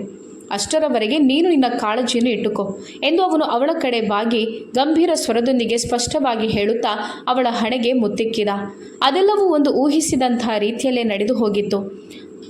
ಆ ಸಮಯ ಶಿವಾನಿ ಅವನನ್ನು ಆಶ್ಚರ್ಯದಿಂದ ನೋಡುತ್ತಿರುವಾಗ ಅವನು ತನ್ನ ನೋಟವನ್ನು ವಿಂಡ್ ಸ್ಕ್ರೀನ್ನ ಮೇಲೆ ಹಾಕಿ ಒಳಗೆ ಹೋಗು ಎಂದು ಗಂಭೀರವಾಗಿ ಹೇಳಿದಾಗ ಶಿವಾನಿ ಏನು ಮಾತನಾಡದೆ ಮೌನವಾಗಿ ಒಳಗಡೆ ಹೋದಳು. ಅವಳು ಹೋದ ನಂತರ ಶೌರ್ಯ ಅಲ್ಲಿಂದ ತನ್ನ ಕಾರನ್ನು ತೆಗೆದಿದ್ದ. ಆದರೆ ಅವನ ಅಂಗರಕ್ಷಕರು ಶಿವಾನಿಯ ಮನೆಯನ್ನು 4 ಕಡೆಯಿಂದಲೂ ಸುತ್ತುವರೆದರು. ಅಮ್ಮ, ನಿಮ್ಮ ಆರೋಗ್ಯ ಅಷ್ಟೊಂದು ಕೆಟ್ಟಿದ್ರೂ ಸಹ ಯಾಕೆ ನನಗೆ ಹೇಳಿಲ್ಲ? ನನ್ನನ್ನು ಕರಿಬೋದಿತ್ತಲ್ಲ, ನಾನು ಬರ್ತಿದ್ದೆ ತಾನೆ. ಅದನ್ನು ಬಿಟ್ಟು ಶೌರ್ಯನಿಗೆ ಹೇಳುವ ಅಗತ್ಯ ಏನಿತ್ತು ಎಂದು ಅವಳು ಮುಂಗೋಪದಿಂದ ಅಮ್ಮನ ಹತ್ತಿರ ಕುಳಿತು ಕೇಳಿದಳು. ಆಗ ಅವಳ ಅಮ್ಮ, ಶೌರ್ಯನಲ್ಲಿ ಅಲ್ಲ, ನನ್ನ ಅಪ್ಪನಲ್ಲೇ ನಾನು ಹೇಳಿದ್ದೆ. ಆದರೆ ನೀನು ಎಷ್ಟೊಂದು ಬ್ಯುಸಿಯಾಗಿದ್ದೆ ಅಂದರೆ ಅಮ್ಮನ ಯೋಗಕ್ಷೇಮವನ್ನು ಕೇಳುವಷ್ಟು ಸಮಯ ನಿನಗೆ ಎಲ್ಲಿತ್ತು? ನೀನು ಬಂದು ನನ್ನ ಸೇವೆ ಮಾಡಲು ಎಂದು ಅವರು ಸ್ವಲ್ಪ ಕೋಪ ಹಾಗೂ ದ್ವೇಷದಿಂದಲೇ ಹೇಳಿದರು. ಅಮ್ಮ, ಹಾಗೇನಿಲ್ಲ ಎಂದು ಹೇಳುತ್ತಾ ಶಿವಾನಿ ತನ್ನ ಅಮ್ಮನನ್ನು ತನ್ನ ತೋಳುಗಳಿಂದ ಬಳಸಿಕೊಂಡಳು. ಈಗ ಕಾಮಿನಿ ಅವರು ತುಂಬ ಸಂತೋಷದಲ್ಲಿದ್ದರು. ಅವರೇನು ಮಾಡಬೇಕೆಂದುಕೊಂಡಿದ್ದರೋ ಅದೀಗ ಸುಲಭವಾಗಬಹುದು ಎಂದುಕೊಂಡರು. ಶಿವಾನಿ ತನ್ನ ತವರು ಮನೆಗೆ ಬಂದು 2 ದಿನಗಳು ಕಳೆಯಿತು. ಆಗ ಕಾಮಿನಿ ಅವರು ಅವಳ ಹತ್ತಿರ ಬಂದು, ಮಗಳೇ, ಈ ಕಾಗದ ಪತ್ರಗಳಿಗೆ ಸಹಿ ಮಾಡುವಂತ ಹೇಳಿದರು. ಆ ದಿನ ಅವಳಿಗೆ ಸ್ವಲ್ಪ ತಲೆನೋವು ಇದ್ದುದರಿಂದ ಅವಳ ಆರೋಗ್ಯ ಸ್ವಲ್ಪ ಅಸಹಜವಾಗಿಯೇ ಇತ್ತು. ಆಗ ಅವಳು, ಇದು ಎಂಥ ಪೇಪರ್ ಅಮ್ಮ ಅಂತ ತನ್ನ ಕೆಂಪಾದ ಕಣ್ಣುಗಳಿಂದ ಅವರನ್ನು ನೋಡುತ್ತಾ ಕೇಳಿದ್ದಳು. ಮಗಳೇ, ಇದು ಆಸ್ತಿಯ ಪೇಪರ್ಸ್ಗಳು. ನಾನು ನನ್ನ ಎಲ್ಲ ಆಸ್ತಿಯನ್ನು ನಿನ್ನ ಹೆಸರಿಗೆ ಮಾಡುತ್ತಿದ್ದೇನೆ. ನಾನು ಸಹಿಯನ್ನು ಹಾಕಿದ್ದೇನೆ. ಈಗ ನೀನು ಕೂಡ ಇದರಲ್ಲಿ ಸಹಿ ಮಾಡು ಎಂದವರು ಪ್ರೀತಿಯಿಂದ ಹೇಳಿದಾಗ, ಅಮ್ಮ, ನನಗೆ ಈ ಆಸ್ತಿ ಹಣದಲ್ಲಿ ಯಾವ ವ್ಯಾಮೋಹವೂ ಇಲ್ಲ ಎಂದು ನಿಮಗೆ ಗೊತ್ತಿದೆ ತಾನೆ ಅಂತ ಕೇಳಿದಳು. ಹಾ ಮಗಳೇ, ನನಗೆ ಗೊತ್ತಿದೆ. ಆದರೂ ನೀನು ನನ್ನ ಒಬ್ಬಳೇ ಮಗಳು. ನಿನಗಲ್ಲದೆ ಇದನ್ನು ನಾನು ಬೇರೆ ಯಾರಿಗೆ ಕೊಡಬೇಕು ಎಂದು ಅವರ ಪ್ರೀತಿಯ ಮಾತುಗಳನ್ನು ಕೇಳಿಸಿಕೊಂಡ ಶಿವಾನಿ ಏನೂ ನೋಡದೆ ಓದದೇನೆ ಆ ಪೇಪರ್ಸ್ ಮೇಲೆ ಸಹಿಯನ್ನು ಹಾಕಿದಳು. ತೆಗೆದುಕೋ ಅಮ್ಮ, ಈಗ ಸಂತೋಷನಾ ಎಂದು ಅವಳು ಆ ಫೈಲನ್ನು ಅವರ ಕಡೆ ಚಾಚಿದಾಗ ಅವರು ಅವಳ ಹಣೆಗೆ ಮುತ್ತಿಕ್ಕಿ, ತುಂಬ ಸಂತೋಷ ನನ್ನ ಮಗಳೇ. ನಾನು ನಿನಗೆ ತಿನ್ನಲೇನಾದರೂ ಕಳುಹಿಸುತ್ತೇನೆ. ತಿಂದು ಔಷಧಿಯನ್ನು ತೆಗೆದುಕೋ, ನಂತರ ನಿದ್ದೆ ಮಾಡು. ಮತ್ತೆ ನೀನು ಬೇರೆ ಏನನ್ನೂ ಚಿಂತಿಸಬೇಡ. ನಾನೆಲ್ಲವನ್ನು ನೋಡಿಕೊಳ್ಳುತ್ತೇನೆ ಎಂದು ಹೇಳಿ ಅಲ್ಲಿಂದ ಹೊರಟು ಹೋಗಿದ್ದರು. ಆಗ ತಲೆನೋವಿನ ಕಾರಣದಿಂದಾಗಿ ಶಿವಾನಿ ತನ್ನ ಕಣ್ಣುಗಳನ್ನು ಮುಚ್ಚಿದ್ದಳು. 2 ದಿನ ಶೌರ್ಯ ತನ್ನನ್ನು ತಾನು ಸಂಪೂರ್ಣವಾಗಿ ಬ್ಯುಸಿಯಾಗಿರಿಸಿದ್ದ ಹಾಗೂ ತನ್ನ ಹೆಚ್ಚಿನ ಸಮಯವನ್ನು ಆಫೀಸ್ನಲ್ಲಿಯೇ ಕಳೆದ. ಇವತ್ತು ಶಿವಾನಿ ಅಮ್ಮನ ಮನೆಗೆ ಹೋಗಿ 4 ದಿನಗಳು ಕಳೆದಿದ್ದವು. ಆದರೂ ಒಂದು ಬಾರಿಯೂ ಅವರಿಬ್ಬರು ಪರಸ್ಪರ ಸಂಪರ್ಕ ಮಾಡಿರಲಿಲ್ಲ. ಇವತ್ತಿನ ದಿನ ಕೂಡ ಶೌರ್ಯ ತನ್ನನ್ನು ತಾನು ಬ್ಯುಸಿಯಾಗಿರಿಸಿದ. ಹಾಗೂ ಅವನು ಬೆಳಗ್ಗಿನಿಂದ ತುಂಬ ಸಲ ತನ್ನ ಮೊಬೈಲನ್ನೇ ನೋಡುತ್ತಿದ್ದ. ಬಹುಶಃ ಶಿವಾನಿ ತನಗೆ ಕಾಲ್ ಮಾಡಬಹುದು ಅಂತ ಹಂಬಲಿಸುತ್ತಿದ್ದನೋ ಏನೋ. ಆದರೆ ಮೌನಗೊಂಡ ಮೊಬೈಲ್ ಅವನ ಮನಸ್ಸನ್ನೇ ಅಲ್ಲೋಲ ಕಲ್ಲೋಲವಾಗಿಸಿತ್ತು. ಎಷ್ಟು ಸಮಯ ಕೊಟ್ಟರೂ ಕೂಡ ಅವಳು ತನ್ನನ್ನು ತಾನು ಬದಲಾಯಿಸಲಿಲ್ಲ ಎಂದು ಶೌರ್ಯನಿಗೆ ದುಃಖವಾಗುತ್ತಿತ್ತು. ಅದೇ ಸಮಯ ಬಿರುಗಾಳಿಯಂತೆ ಕಾಮಿನಿಯವರು ಅವನ ಆಫೀಸ್ನೊಳಗೆ ನುಗ್ಗಿದರು. ಅವರನ್ನು ನೋಡಿ ಅವನ ಹಣೆಯ ಮೇಲೆ ಆಳವಾದ ಅಲೆಗಳು ಮೂಡಿದವು. ನೀವಿಲ್ಲಿ ಅಂತ ಮುಖವನ್ನು ಊದಿಸುತ್ತಾ ಅವನು ಕೇಳಿದ್ದ. ಹಾಂ, ನಾನಿಲ್ಲಿಗೆ ಬರಲೇಬೇಕಾಗಿತ್ತು ರಜಪೂತ್ ಶೌರ್ಯ ಸಿಂಹ. ಓ, ತಪ್ಪಾಯಿತು. ನಾನು ನಿಮ್ಮನ್ನು ರಜಪೂತ್ ಶೌರ್ಯ ಸಿಂಹ ಅಂತ ಹೇಗೆ ಕರೆಯುತ್ತೇನೆ? ಯಾಕಂದರೆ ಇದು ನನ್ನ ಮನೆತನದ ಹೆಸರು. ಅದನ್ನು ನಿನಗೆ ನನ್ನ ಅಪ್ಪ ಭಿಕ್ಷೆಯಾಗಿ ಕೊಟ್ಟಿದ್ದಾರೆ. ಅದಕ್ಕೆ ಹಕ್ಕುದಾರ ನೀನಲ್ಲ. ಆದರೂ ನಿನ್ನ ಈ ಮುಗ್ಧ ಮುಖವನ್ನು ಇಟ್ಟುಕೊಂಡು ಪ್ರೀತಿಯ ಬಲೆ ಬೀಸಿ ನನ್ನ ಅಪ್ಪನನ್ನು ನಿನ್ನ ಬಲೆಯೊಳಗೆ ಬೀಳುವಂತೆ ಮಾಡಿದೆ. ಹಾಗಾಗಿ ಅವರು ಒಂದು ಕ್ಷಣದಲ್ಲೇ ನಿನ್ನನ್ನು ಅವರ ಮೊಮ್ಮಗನನ್ನಾಗಿ ಮಾಡಿಬಿಟ್ರು. ಆದರೆ ಇದೆಲ್ಲವೂ ನನ್ನ ಹಾಗೂ ನನ್ನ ಮಗಳದ್ದಾಗಿತ್ತು. ಆದರೆ ನನ್ನ ಅಪ್ಪ ಅದೆಲ್ಲವನ್ನು ನಿನ್ನ ಹೆಸರಿಗೆ ಮಾಡಿದ್ದರು. ಅದಕ್ಕೋಸ್ಕರ ನಾನು ಈ ಆಟವನ್ನು ಮುಂದುವರಿಸಲೇಬೇಕು. ನಿನ್ನನ್ನು ಈ ಆಟದಲ್ಲಿ ಸೋಲಿಸಬೇಕು ಅಂತ ಅವರು ವ್ಯಂಗ್ಯವಾಗಿ ಮಾತನಾಡಿದಾಗ ಶೌರ್ಯನಿಗೆ ಆ ಮಾತುಗಳು ತುಂಬ ಕೆಟ್ಟದಾಗಿಯೇ ಚುಚ್ಚಿದವು. ಆದರೂ ಅವನು ತನ್ನ ಜಾಗದಿಂದ ಎದ್ದು ಅವರನ್ನು ನಿರ್ಲಕ್ಷಿಸುತ್ತಾ ಏನಾದರೂ ಹೇಳುವುದಿದ್ರೆ ಸ್ಪಷ್ಟವಾಗಿ ಹೇಳಿ ಅಂತ ಹೇಳಿದ. ಆಗ ಅವರು ಹಿಂಜರಿಯದೆ ಅವನ ಮುಂದೆ ಹೋಗಿ ನಿಂತು, ನೀನೇನು ಅಂದುಕೊಂಡೆ ಶೌರ್ಯ ಸಿಂಹ? ನನ್ನ ಮುಂದೆ ಗೆಲ್ಬಹುದು ಅಂದ್ಕೊಂಡ್ಯಾ? ಖಂಡಿತ ಸಾಧ್ಯ ಇಲ್ಲ. ಯಾಕಂದರೆ ನನ್ನ ಹೆಸರು ಕೂಡ ಕಾಮಿನಿ ಸಿಂಹ. ಇಷ್ಟರವರೆಗೆ ನನ್ನನ್ನು ಸೋಲಿಸುವವರು ಈ ಭೂಮಿ ಮೇಲೆ ಹುಟ್ಟಲೇ ಇಲ್ಲ. ಹೀಗಿರುವಾಗ ನೀನೇನು ನನ್ನನ್ನು ಸೋಲಿಸುವುದು ಎಂಬ ಕಟುವಾದ ಕಾಮಿನಿಯವರ ಮಾತಿನ ಶೈಲಿಯು ಅವನನ್ನು ಯೋಚಿಸುವಂತೆ ಮಾಡಿತ್ತು. ಆಗ ತಕ್ಷಣವೇ ಕಾಮಿನಿಯವರು ತನ್ನ ಕೈಯಲ್ಲಿದ್ದ ಕಾಗದ ಪತ್ರಗಳನ್ನು ಅವನ ಮುಂದೆ ಎಸೆದು, ತೆಗೆದುಕೋ ಈ ಡಿವೋರ್ಸ್ ಪೇಪರ್. ಇದರ ಮೇಲೆ ಶಿವಾನಿ ಸೈನ್ ಮಾಡಿದ್ದಾಳೆ. ನೀನು ಕೂಡ ಇದರ ಮೇಲೆ ಸಹಿಯನ್ನು ಹಾಕುತ್ತಿ. ಹಾಗೂ ಈ ಸಂಬಂಧವನ್ನು ಇಲ್ಲಿಗೆ ಮುಗಿಸ್ತಿ ಅಂತ ನಂಬಿದ್ದೇನೆ. ಅದಲ್ಲದೆ ಅವಳಿಗೆ ಸೇರಬೇಕಾದಂಥ ಎಲ್ಲ ಆಸ್ತಿಯನ್ನು ಅವಳಿಗೆ ನೀನು ಕೊಡಬೇಕು ಎಂಬ ಅವರ ತೀಕ್ಷ್ಣವಾದ ಮಾತುಗಳಿಂದ ಅಲ್ಲಿ ಆಳವಾದ ಮೌನವು ಆವರಿಸಿತು. ನಂತರ ಶೌರ್ಯ ತನ್ನ ಮೌನವನ್ನು ಮುರಿದು, ನಿಮಗೇನನ್ನಿಸುತ್ತೆ? ನೀವು ಹೇಳಿದ ಹಾಗೆ ನಾನು ಮಾಡುತ್ತೇನೆ ಅಂತ ಅನ್ನಿಸ್ತಿದ್ಯಾ ಎಂದು ಶೌರ್ಯ ತನ್ನ ಮನಸ್ಸಲ್ಲಿ ಶಾಂತತೆಯನ್ನು ತಂದುಕೊಂಡು ಹೇಳಿದ. ಆಗ ಅವರು ಒಮ್ಮೆಲೆ ಕೋಪದಿಂದ, ನೀನು ಖಂಡಿತವಾಗ್ಲೂ ಸಹಿ ಮಾಡುತ್ತೀ ಶೌರ್ಯ. ಯಾಕಂದರೆ ನನ್ನ ಮಗಳು ನಿನ್ನ ಜೊತೆ ಯಾವ ಸಂಬಂಧವನ್ನು ಕೂಡ ಬೆಳೆಸಲು ಬಯಸ್ತಿಲ್ಲ ಎಂದು ಹೇಳುತ್ತಿರುವಾಗಲೇ ಶೌರ್ಯ ಅವರ ಮಾತನ್ನು ಮಧ್ಯದಲ್ಲೇ ತುಂಡರಿಸಿ, ಸುಳ್ಳು ಹೇಳಬೇಡಿ ಕಾಮಿನಿಯವರೇ, ನಿಮ್ಮ ಮಾತಿನ ಮೇಲೆ ನನಗೆ ಯಾವ ನಂಬಿಕೆಯೂ ಇಲ್ಲ ಎಂದು ಮುಖಕ್ಕೆ ಹೊಡೆದವರಂತೆ ಹೇಳಿದ್ದ. ಆಗ ಕಾಮಿನಿಯವರು ಅವನ ಮುಂದೆ ವ್ಯಂಗ್ಯ ನಗುವನ್ನು ಬೀರುತ್ತಾ, ಹೌದಾ? ಹಾಗಾದರೆ ಶಿವಾನಿ ಇಷ್ಟರ ತನಕ ನಿನ್ನ ಹತ್ರ ಯಾಕೆ ಬರಲಿಲ್ಲ ಅಂತ ನಿನಗೆ ಗೊತ್ತಿದ್ಯಾ ಎಂದವರು ಈ ಬಾರಿ ಕೇಳಿದಾಗ ಆ ಮಾತುಗಳು ಶೌರ್ಯನ ಎದೆಯ ಮೇಲೆ ನೇರವಾಗಿ ಆಕ್ರಮಣ ಮಾಡಿದಂತಿತ್ತು. ಅನಂತರ ಕಾಮಿನಿಯವರು ತನ್ನ ಮಾತನ್ನು ಮುಂದುವರಿಸುತ್ತಾ, ಯಾಕಂದರೆ ಅವಳು ನಿನ್ನೊಂದಿಗೆ ಯಾವ ಸಂಬಂಧವನ್ನು ಇಟ್ಟುಕೊಳ್ಳಲು ಬಯಸಲೇ ಇಲ್ಲ. ಅಲ್ಲದೆ ಈ ಮಾತು ಮೊದಲ ದಿನದಂದೇ ನಿರ್ಧಾರವಾಗಿತ್ತು. ಅಲ್ಲದೆ ಒಂದು ಬೇರೆ ರೀತಿಯ ಕುತಂತ್ರಿ ಯೋಜನೆಯನ್ನು ನೀನು ನಿನ್ನ ತಾತನೊಂದಿಗೆ ಸೇರಿ ಮಾಡಿದೆ. ಅದಕ್ಕೋಸ್ಕರ ನಾವು ಕೂಡ ನಮ್ಮ ಕಡೆಯಿಂದ ಇಂತಹ ಯೋಜನೆಯನ್ನು ಹಾಕಲೇಬೇಕಾಯಿತು. ಈಗ ಎಲ್ಲವೂ ಸರಿ ಸಮಾನವಾಯಿತು ಎಂದು ಕಾಮಿನಿ ಅವರು ನಿಷ್ಠುರವಾಗಿ ಹೇಳಿದರು. ಅವರ ಮಾತುಗಳು ಶೌರ್ಯನನ್ನು ಮರುಭೂಮಿಯ ಬಿಸಿಲ ಬೇಗೆಗೆ ತಳ್ಳಿದಂತೆ ಆಗಿತ್ತು. ಅವನು ಏನು ಕೇಳಲ್ಪಟ್ಟನೋ ಅದರ ಮೇಲೆ ಅವನಿಗೆ ವಿಶ್ವಾಸವೇ ಬರಲಿಲ್ಲ. ಅನಂತರ ಕಾಮಿನಿಯವರು ಪುನಃ ಶೌರ್ಯನ ಕಡೆಗೆ ಮುಖ ಮಾಡಿ, ಇಲ್ಲಿಗೆ ಸಾಕು ಮಾಡು ಶೌರ್ಯ. ಇನ್ನು ಬೇರೆ ಯಾವ ನಾಟಕವನ್ನು ನೀನು ಹಾಗೂ ನಿನ್ನ ತಾತ ಮಾಡಬೇಡಿ. ನಿನ್ನದಲ್ಲದಿದ್ದರೂ ಅವರು ಕೇವಲ ನಿನ್ನದೇ ತಾತ. ಮಗಳು ಹಾಗೂ ಮೊಮ್ಮಗಳನ್ನು ಅವರು ಯಾವತ್ತೋ ಮರೆತೇ ಬಿಟ್ಟಿದ್ದಾರೆ. ಇರಲಿ, ಈ ಪೇಪರ್ಸ್ ಮೇಲೆ ಸಹಿ ಹಾಕು. ಇಲ್ಲದಿದ್ದರೆ ನನಗೆ ಬೇರೆ ದಾರಿಯೂ ಸಹ ಗೊತ್ತಿದೆ ಎಂದು ಕಾಮಿನಿಯವರು ಕೋಪದಿಂದ ಹೇಳಿ ಅಲ್ಲಿಂದ ಹೊರಟು ಹೋದರು. ಆಗ ಶೌರ್ಯ ಆ ಪೇಪರ್ಸ್ಗಳಿಗೆ ಶಿವಾನಿ ಸಹಿ ಹಾಕಿದ್ದನ್ನು ನೋಡಿಯೇ ಸ್ತಬ್ಧನಾಗಿದ್ದ. ಅವನ ಕಿವಿಯಲ್ಲಿ ಹೊಗೆ ಹೋಗುವಂತೆ ಅವನಿಗೆ ಅನ್ನಿಸ್ತಿತ್ತು. ಇಷ್ಟೊಂದು ದೊಡ್ಡ ಮೋಸ ಎಂದವನು ಆ ಪೇಪರ್ಸ್ಗಳನ್ನು ಕೈಯಲ್ಲಿ ಹಿಸುಕುತ್ತಾ ಹೊರನಡೆದ. ಅವನ ಉದ್ದೇಶ ನೇರವಾಗಿ ಶಿವಾನಿಯ ಹತ್ತಿರ ಹೋಗುವುದಾಗಿತ್ತು. ನಾನು ತುಂಬ ಸಡಿಲತೆಯನ್ನು ನಿನಗೆ ನೀಡಿದೆ ಮಿಸಸ್ ಶಿವಾನಿ ಶೌರ್ಯ. ಆದರೆ ಈಗ ಸಮಯ ಬಂದಿದೆ ಈ ಸಂಬಂಧ ಏನು ಅಂತ ನಿನಗೆ ತಿಳಿಸಿಕೊಡಲು. ನಿನ್ನ ಅಮ್ಮನನ್ನು ನನ್ನ ವಿರುದ್ಧ ಬಳಸಿಕೊಂಡ್ಯಾ? ನಿನ್ನನ್ನು ಇವತ್ತು ಖಂಡಿತ ಬಿಡೋದಿಲ್ಲ ಎಂದು ಮನಸ್ಸಲ್ಲೇ ಕೋಪಗೊಂಡು ಬಿರುಗಾಳಿಯಂತೆ ಕಾಮಿನಿಯವರ ಮನೆಗೆ ಪ್ರವೇಶಿಸಿದ. ಅವನು ನೇರವಾಗಿ ಶಿವಾನಿಯ ರೂಮ್ನೊಳಗೆ ದಾಖಲಾದ. ಅಲ್ಲಿ ಅವಳು ಈಗಷ್ಟೇ ಸ್ನಾನ ಮಾಡಿ ಹೊರಗೆ ಬಂದಿದ್ದಳು. ಹಾಗೂ ಇದ್ದಕ್ಕಿದ್ದಂತೆ ಕೋಪದಿಂದ ಶೌರ್ಯ ತನ್ನ ಕೋಣೆಯೊಳಗೆ ಬಂದದ್ದನ್ನು ನೋಡಿ ದಿಗ್ಭ್ರಮೆಗೊಂಡಿದ್ದಳು. ನೀವು ಈ ಹೊತ್ತು ಎಂದವಳು ಆಶ್ಚರ್ಯದಿಂದ ಕೇಳಿದಳು. ಅಲ್ಲದೆ ಅವನು ಅಲಾರಾಂ ಫಿಕ್ಸ್ ಮಾಡಿದವನಂತೆ ಯಾವಾಗಲೂ ಅವಳು ಸ್ನಾನ ಮಾಡಿದ ಹೊತ್ತಲ್ಲೇ ಅವಳ ಹತ್ತಿರ ತಲುಪುತ್ತಿದ್ದ. ಹೀಗೆ ಶೌರ್ಯ ಅವಳನ್ನು ನೋಡಿ ತನ್ನ ಹಲ್ಲನ್ನು ಮಸಿಯುತ್ತಾ ಹಾಸಿಗೆ ಮೇಲೆ ಇದ್ದಂಥ ಅವಳ ಶಾಲನ್ನು ಅವಳ ಕಡೆ ಎಸೆದ. ಹಾಗೂ ಶಿವಾನಿ ತಕ್ಷಣವೇ ಆ ಶಾಲನ್ನು ತನ್ನ ಮೈ ಮೇಲೆ ಸುತ್ತಿಕೊಂಡಳು. ಶೌರ್ಯ ಕೋಪದಿಂದ ಮುಂದೆ ಹೋಗಿ ಅವಳ ಕೈಯನ್ನು ಹಿಡಿದು ಹೊರಗಡೆ ಎಳೆದುಕೊಂಡು ಬಂದ. ನನ್ನನ್ನು ಬಿಡಿ, ಎಲ್ಲಿಗೆ ಕರೆದುಕೊಂಡು ಹೋಗ್ತಿದ್ದೀರಿ ಎಂದು ಅವಳು ಕೇಳುತ್ತಲೇ ಇದ್ದಳು. ಆದರೆ ಶೌರ್ಯ ಗಟ್ಟಿಯಾಗಿ ಅವಳ ಕೈಯನ್ನು ಹಿಡಿದು ಎಳೆಯುತ್ತಾ ಮೆಟ್ಟಿಲಿನಿಂದ ಕೆಳಗಿಳಿದ. ಶಿವಾನಿ ಅವನ ಕೋಪವನ್ನು ನೋಡಿ ಹೆದರಿದಳು. ಅವನು ಆ ರೀತಿ ತುಂಬ ದಿನಗಳ ನಂತರ ಕೋಪಗೊಂಡಿದ್ದ. ಮರುಕ್ಷಣವೇ ಶೌರ್ಯ ಅವಳನ್ನು ಎಳೆಯುತ್ತಾ ಹೊರಗಡೆ ಬಂದು ಕಾರಿನೊಳಗೆ ಎಳೆದು ಹಾಕಿದ. ಅವಳು ಹೆದರಿ ಪೂರ್ತಿಯಾಗಿ ಮುದುಡಿಕೊಂಡಿದ್ದಳು. ಮನೆಯ ಕೆಲಸದಾಳು ಕಾಮಿನಿಯವರಿಗೆ ತಕ್ಷಣವೇ ಕಾಲ್ ಮಾಡಿದಳು. ಶೌರ್ಯನಿಗೆ ಇದ್ದಕ್ಕಿದ್ದಂತೆ ಏನಾಯಿತು ಹಾಗೂ ಅವನು ತನ್ನ ಜೊತೆ ಯಾಕೆ ಈ ರೀತಿ ನಡೆದುಕೊಳ್ಳುತ್ತಿದ್ದಾನೆ ಎಂದು ಅವಳಿಗೆ ಅರ್ಥವಾಗಲಿಲ್ಲ. ಅಷ್ಟೊತ್ತಿಗಾಗಲೇ ಶೌರ್ಯ ಕಾರಿನ ವೇಗವನ್ನು ಹೆಚ್ಚಿಸಿ ಶಿವಾನಿಯೊಳಗೆ ಉಳಿದಿರುವಂತಹ ಪ್ರಾಣವನ್ನು ಕೂಡ ಅವನು ತೆಗೆದಿದ್ದ. ಅವಳು ಹೆದರುತ್ತಲೇ ಶೌರ್ಯ ದಯವಿಟ್ಟು ಕಾರು ಎಂದು ಹೇಳುತ್ತಿರುವಾಗಲೇ ಶೌರ್ಯ ಅವಳ ಸ್ವರವನ್ನು ಕೇಳಿ ತನ್ನ ಕಾರಿನ ವೇಗವನ್ನು ಇನ್ನಷ್ಟು ಹೆಚ್ಚಿಸಿದ. ಆಗ ಶಿವಾನಿ ಆ ಕಾರಿನ ಸೀಟನ್ನು ಗಟ್ಟಿಯಾಗಿ ಹಿಡಿದುಕೊಂಡು ಅವನನ್ನು ನೋಡುತ್ತಾ ಅಳುತ್ತಿದ್ದಳು.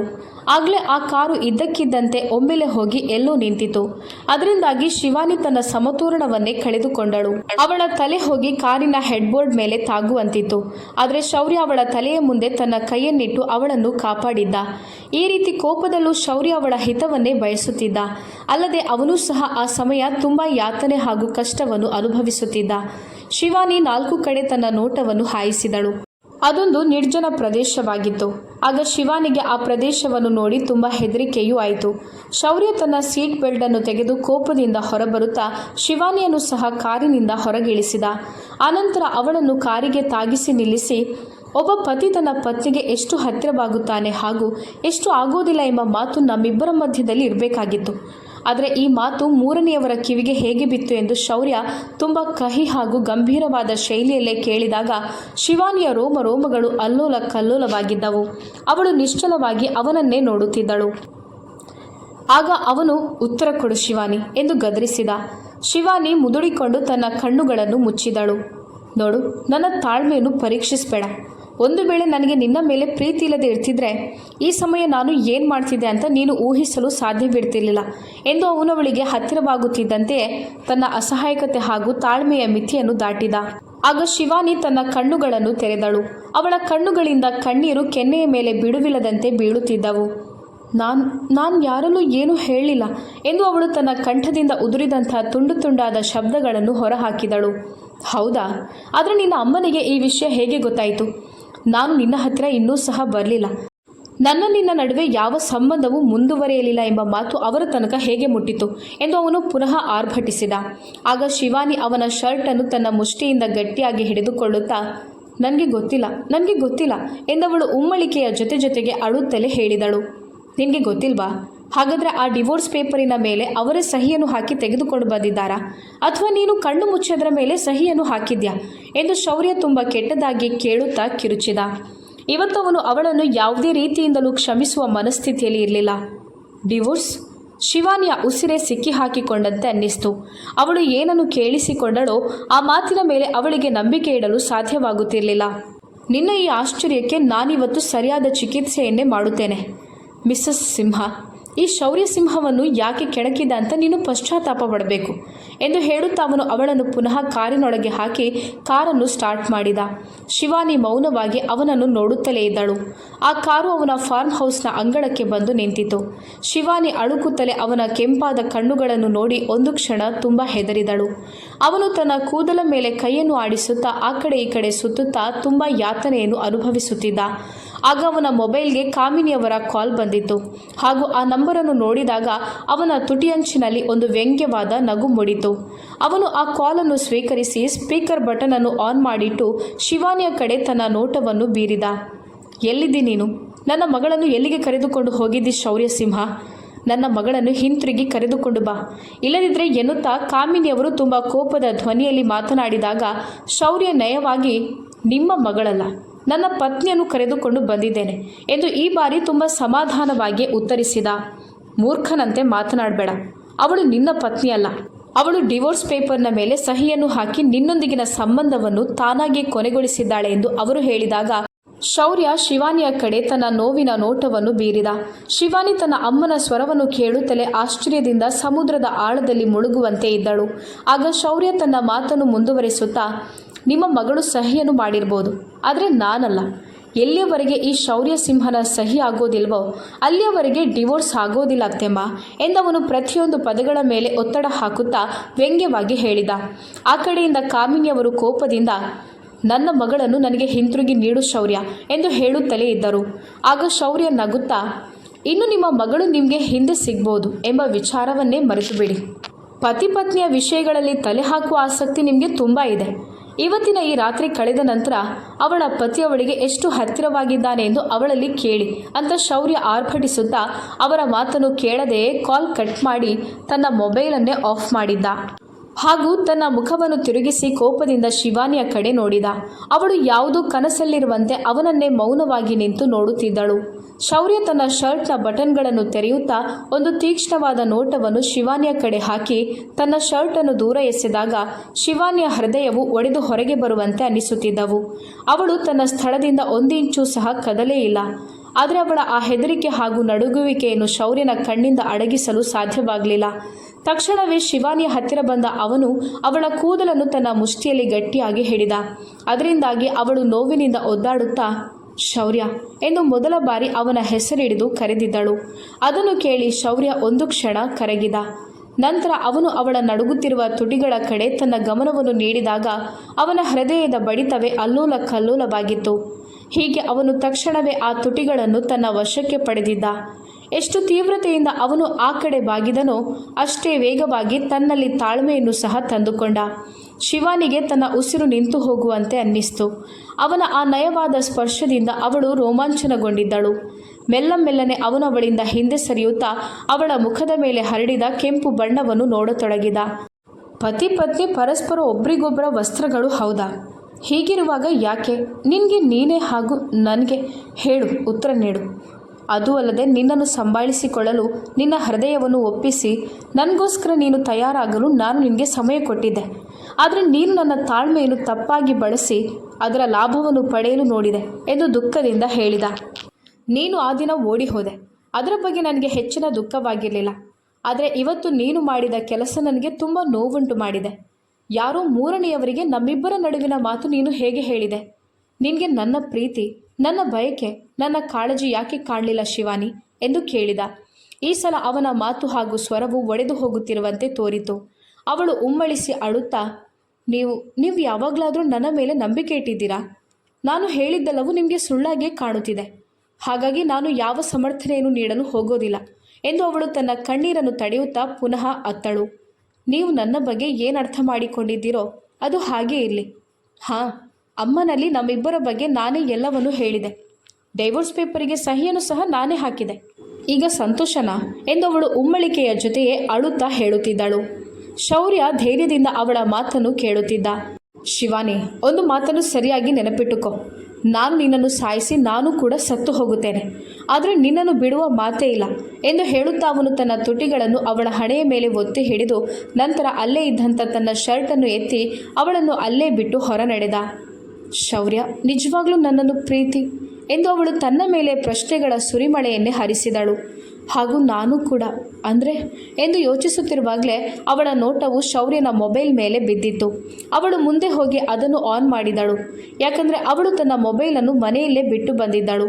ಅಲ್ಲದೆ ಅವಳು ತನ್ನ ಮೊಬೈಲನ್ನು ಎತ್ತಿಕೊಳ್ಳುವಷ್ಟು ಸಮಯ ಶೌರ್ಯ ಅವಳಿಗೆ ನೀಡಿರಲಿಲ್ಲ. ಅವಳು ಆ ಫೋನನ್ನು ತೆಗೆದು ತನ್ನ ಅಮ್ಮನಿಗೆ ಕಾಲ್ ಮಾಡಿದಾಗ 2ನೆಯ ರಿಂಗಣಿಕೆಗೆ ಅದನ್ನು ಆ ಕಡೆಯಿಂದ ಎತ್ತಲಾಗಿತ್ತು.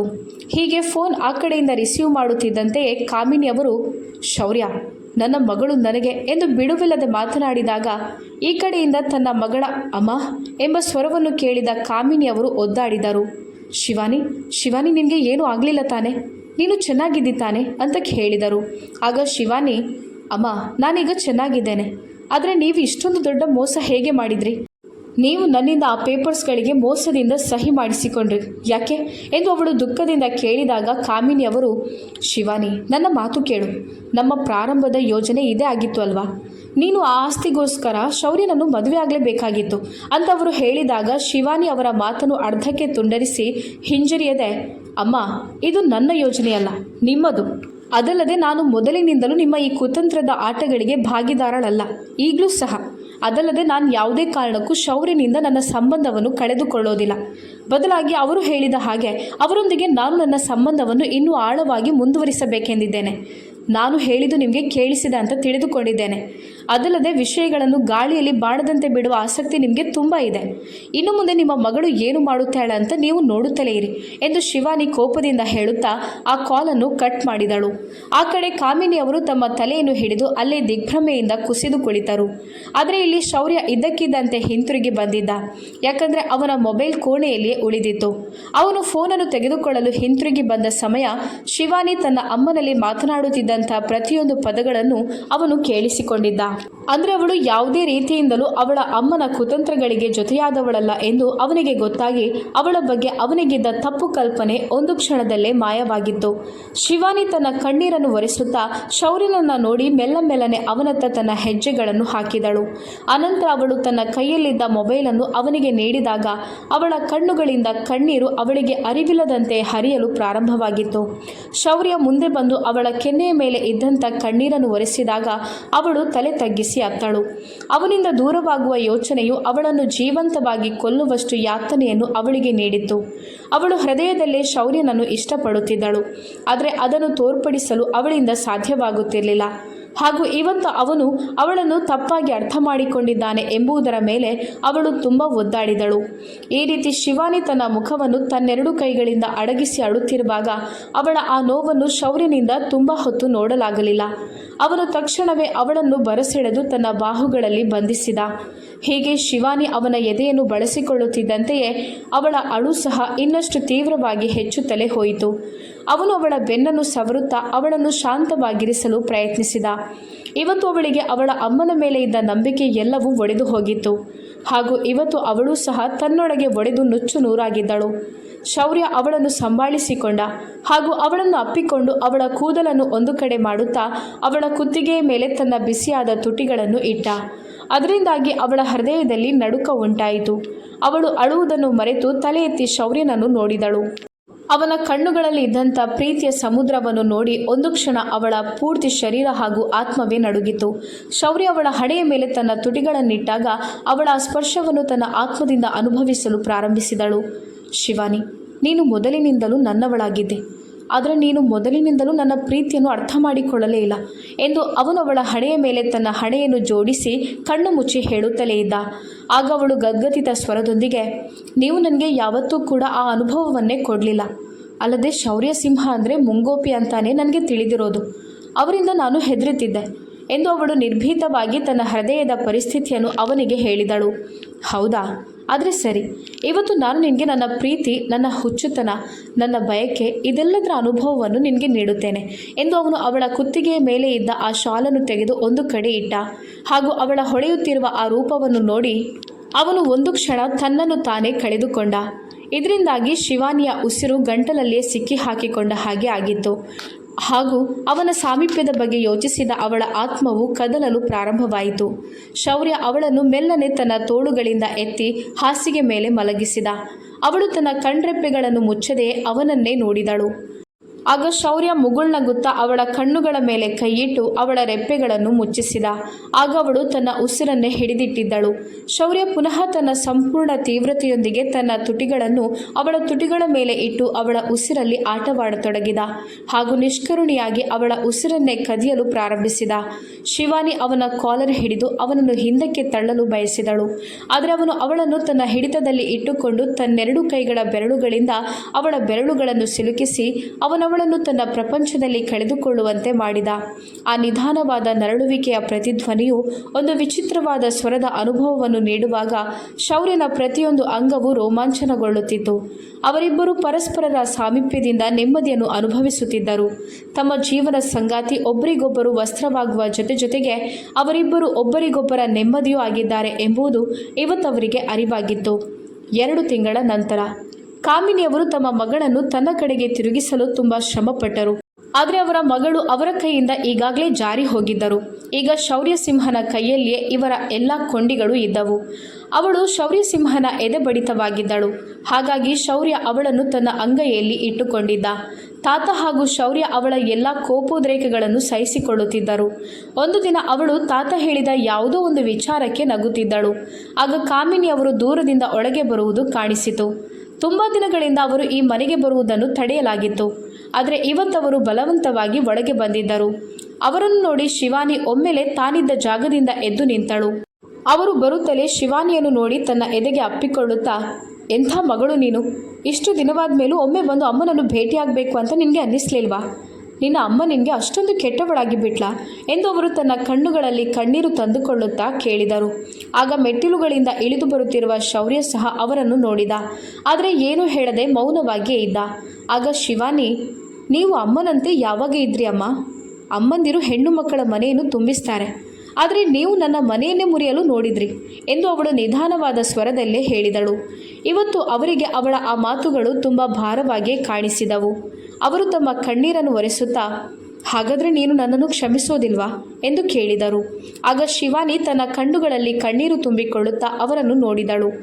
ಕಾಮಿನಿಯವರು ಪುನಃ ಅವಳನ್ನು ಅಪ್ಪಿಕೊಳ್ಳಲು ಹೋದಾಗ ಶಿವಾನಿಯ ಎದೆಯಲ್ಲಿ ಏನೋ ಕದಲುವಂತೆ ಆಗಿ ಇದ್ದಕ್ಕಿದ್ದಂತೆ ಅವಳು ಹಿಂದೆ ಸರಿಯುತ್ತಾ ತನ್ನ ಕೋಣೆಗೆ ಓಡಿ ಹೋದಳು. ಶೌರ್ಯ ಅವಳ ಹಿಂದೆಯೇ ಹೋದ. ಆದರೆ ಅವಳು ಬಾತ್ರೂಮ್ಗೆ ನುಗ್ಗಿ ವಾಂತಿ ಮಾಡುತ್ತಿದ್ದಳು. ಅವನು ಅವಳ ಬೆನ್ನನ್ನು ಸವರುತ್ತಾ ಅವಳನ್ನು ಸಂಭಾಳಿಸಿಕೊಂಡ ಹಾಗೂ ಅವಳ ಮುಖಕ್ಕೆ ನೀರನ್ನು ಹಾಕಿ ಸ್ವಚ್ಛಗೊಳಿಸುತ್ತಾ ಅವಳನ್ನು ತನ್ನ ಕಡೆಗೆ ತಿರುಗಿಸಿ ಅವಳ ನಿತ್ರಾಣಗೊಂಡ ಶರೀರವನ್ನು ತನ್ನ ಜೊತೆ ಬಳಸಿಕೊಂಡ. ನೀನು ಚೆನ್ನಾಗಿದ್ಯಾ ಎಂದು ಅವನು ಚಿಂತಿತನಾಗಿ ಅವಳಲ್ಲಿ ಕೇಳುತ್ತಿರುವಾಗಲೇ ಅವಳು ಅವನ ಬಾಹುಗಳಲ್ಲಿ ಮಲಗಿ ಕಣ್ಣು ಮುಚ್ಚಿದಳು. ಶೌರ್ಯ ಅವಳನ್ನು ತನ್ನ ಬಾಹುಗಳಲ್ಲಿ ಎತ್ತಿಕೊಂಡು ಹಾಸಿಗೆಯ ಮೇಲೆ ಮಲಗಿಸಿ, ನಾನು ಡಾಕ್ಟರ್ಗೆ ಫೋನ್ ಮಾಡಲಾ ಎಂದು ಕೇಳಿ ಅಲ್ಲಿಂದ ಹಿಂದೆ ಸರಿಯುತ್ತಿದ್ದಂತೆಯೇ ಶಿವಾನಿ ಅವನನ್ನು ತಡೆದು, ನಾನು ಚೆನ್ನಾಗಿದ್ದೇನೆ ಎಂದು ಹೇಳಿದಳು. ಅವಳ ಮುಖದ ಮೇಲೆ ಒಂದು ಸುಂದರ ಮುಗುಳ್ನಗು ತುಂಬಿತ್ತು. ಶೌರ್ಯ ಅವಳ ಪರಿಸ್ಥಿತಿಯನ್ನು ನೋಡಿ ತುಂಬ ಚಿಂತಿತನಾಗಿದ್ದ. ಹಾಗಾಗಿ ಅವಳ ಮಾತು ಕೇಳದೆಯೇ ಡಾಕ್ಟರ್ ಸಮಿತಾರವರಿಗೆ ಕಾಲ್ ಮಾಡಿದ. ಅವರು ಬಂದು ಅವಳನ್ನು ಚಿಕಿತ್ಸೆಗೆ ಒಳಪಡಿಸಿದ ನಂತರ ಆ ಮನೆತನಕ್ಕೆ ಒಂದು ಪುಟ್ಟ ಅತಿಥಿಯ ಆಗಮನವಾಗಲಿದೆ ಎಂಬ ಶುಭ ಸುದ್ದಿ ಸಿಕ್ಕಿತು. ಇದರಿಂದಾಗಿ ಆ ಅರಮನೆಯಲ್ಲಿ ಒಂದು ಸಂತೋಷದ ಅಲೆಯು ಓಡಾಡಿತು. ಶ್ಯಾಮರಾಯರು ತಕ್ಷಣವೇ ಸಿಹಿ ತಿಂಡಿಯನ್ನು ಆರ್ಡರ್ ಮಾಡಿದರು. ಶೌರ್ಯ ತನ್ನ ಪತಿಯ ಹೆಜ್ಜೆಯನ್ನು ನೆಲದ ಮೇಲೆ ಇಡಲು ಕೂಡ ಬಿಡುತ್ತಿರಲಿಲ್ಲ. ತನ್ನ ಮಗಳಿಗೆ ಸಿಕ್ಕಿದಂಥ ಪ್ರೀತಿಯನ್ನು ನೋಡಿ ಕಾಮಿನಿಯವರಿಗೆ ಮುಜುಗರವಾಗಿತ್ತು. ಅವರು ತನ್ನ ತಪ್ಪಿಗೆ ಕ್ಷಮೆಯನ್ನು ಕೇಳಿದರು. ಇಷ್ಟು ದೊಡ್ಡ ಸಂತೋಷದ ಸುದ್ದಿ ಸಿಕ್ಕಿದ ನಂತರ ಎಲ್ಲರೂ ಕೂಡ ತಮ್ಮ ಮನಸ್ಸಲ್ಲಿ ಇದ್ದಂಥ ಕಹಿ ಭಾವನೆಗಳನ್ನು ಹೋಗಲಾಡಿಸಿದರು.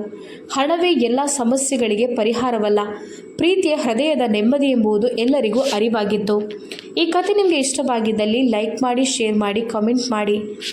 ನೀವಿನ್ನೂ ನಮ್ಮ ಚಾನಲನ್ನು ಸಬ್ಸ್ಕ್ರೈಬ್ ಮಾಡದೆ ನೋಡ್ತಾ ಇದ್ದರೆ ದಯವಿಟ್ಟು ಸಬ್ಸ್ಕ್ರೈಬ್ ಮಾಡಿ ನಮಗೆ ಸಪೋರ್ಟ್ ಮಾಡಿ. ಧನ್ಯವಾದಗಳು.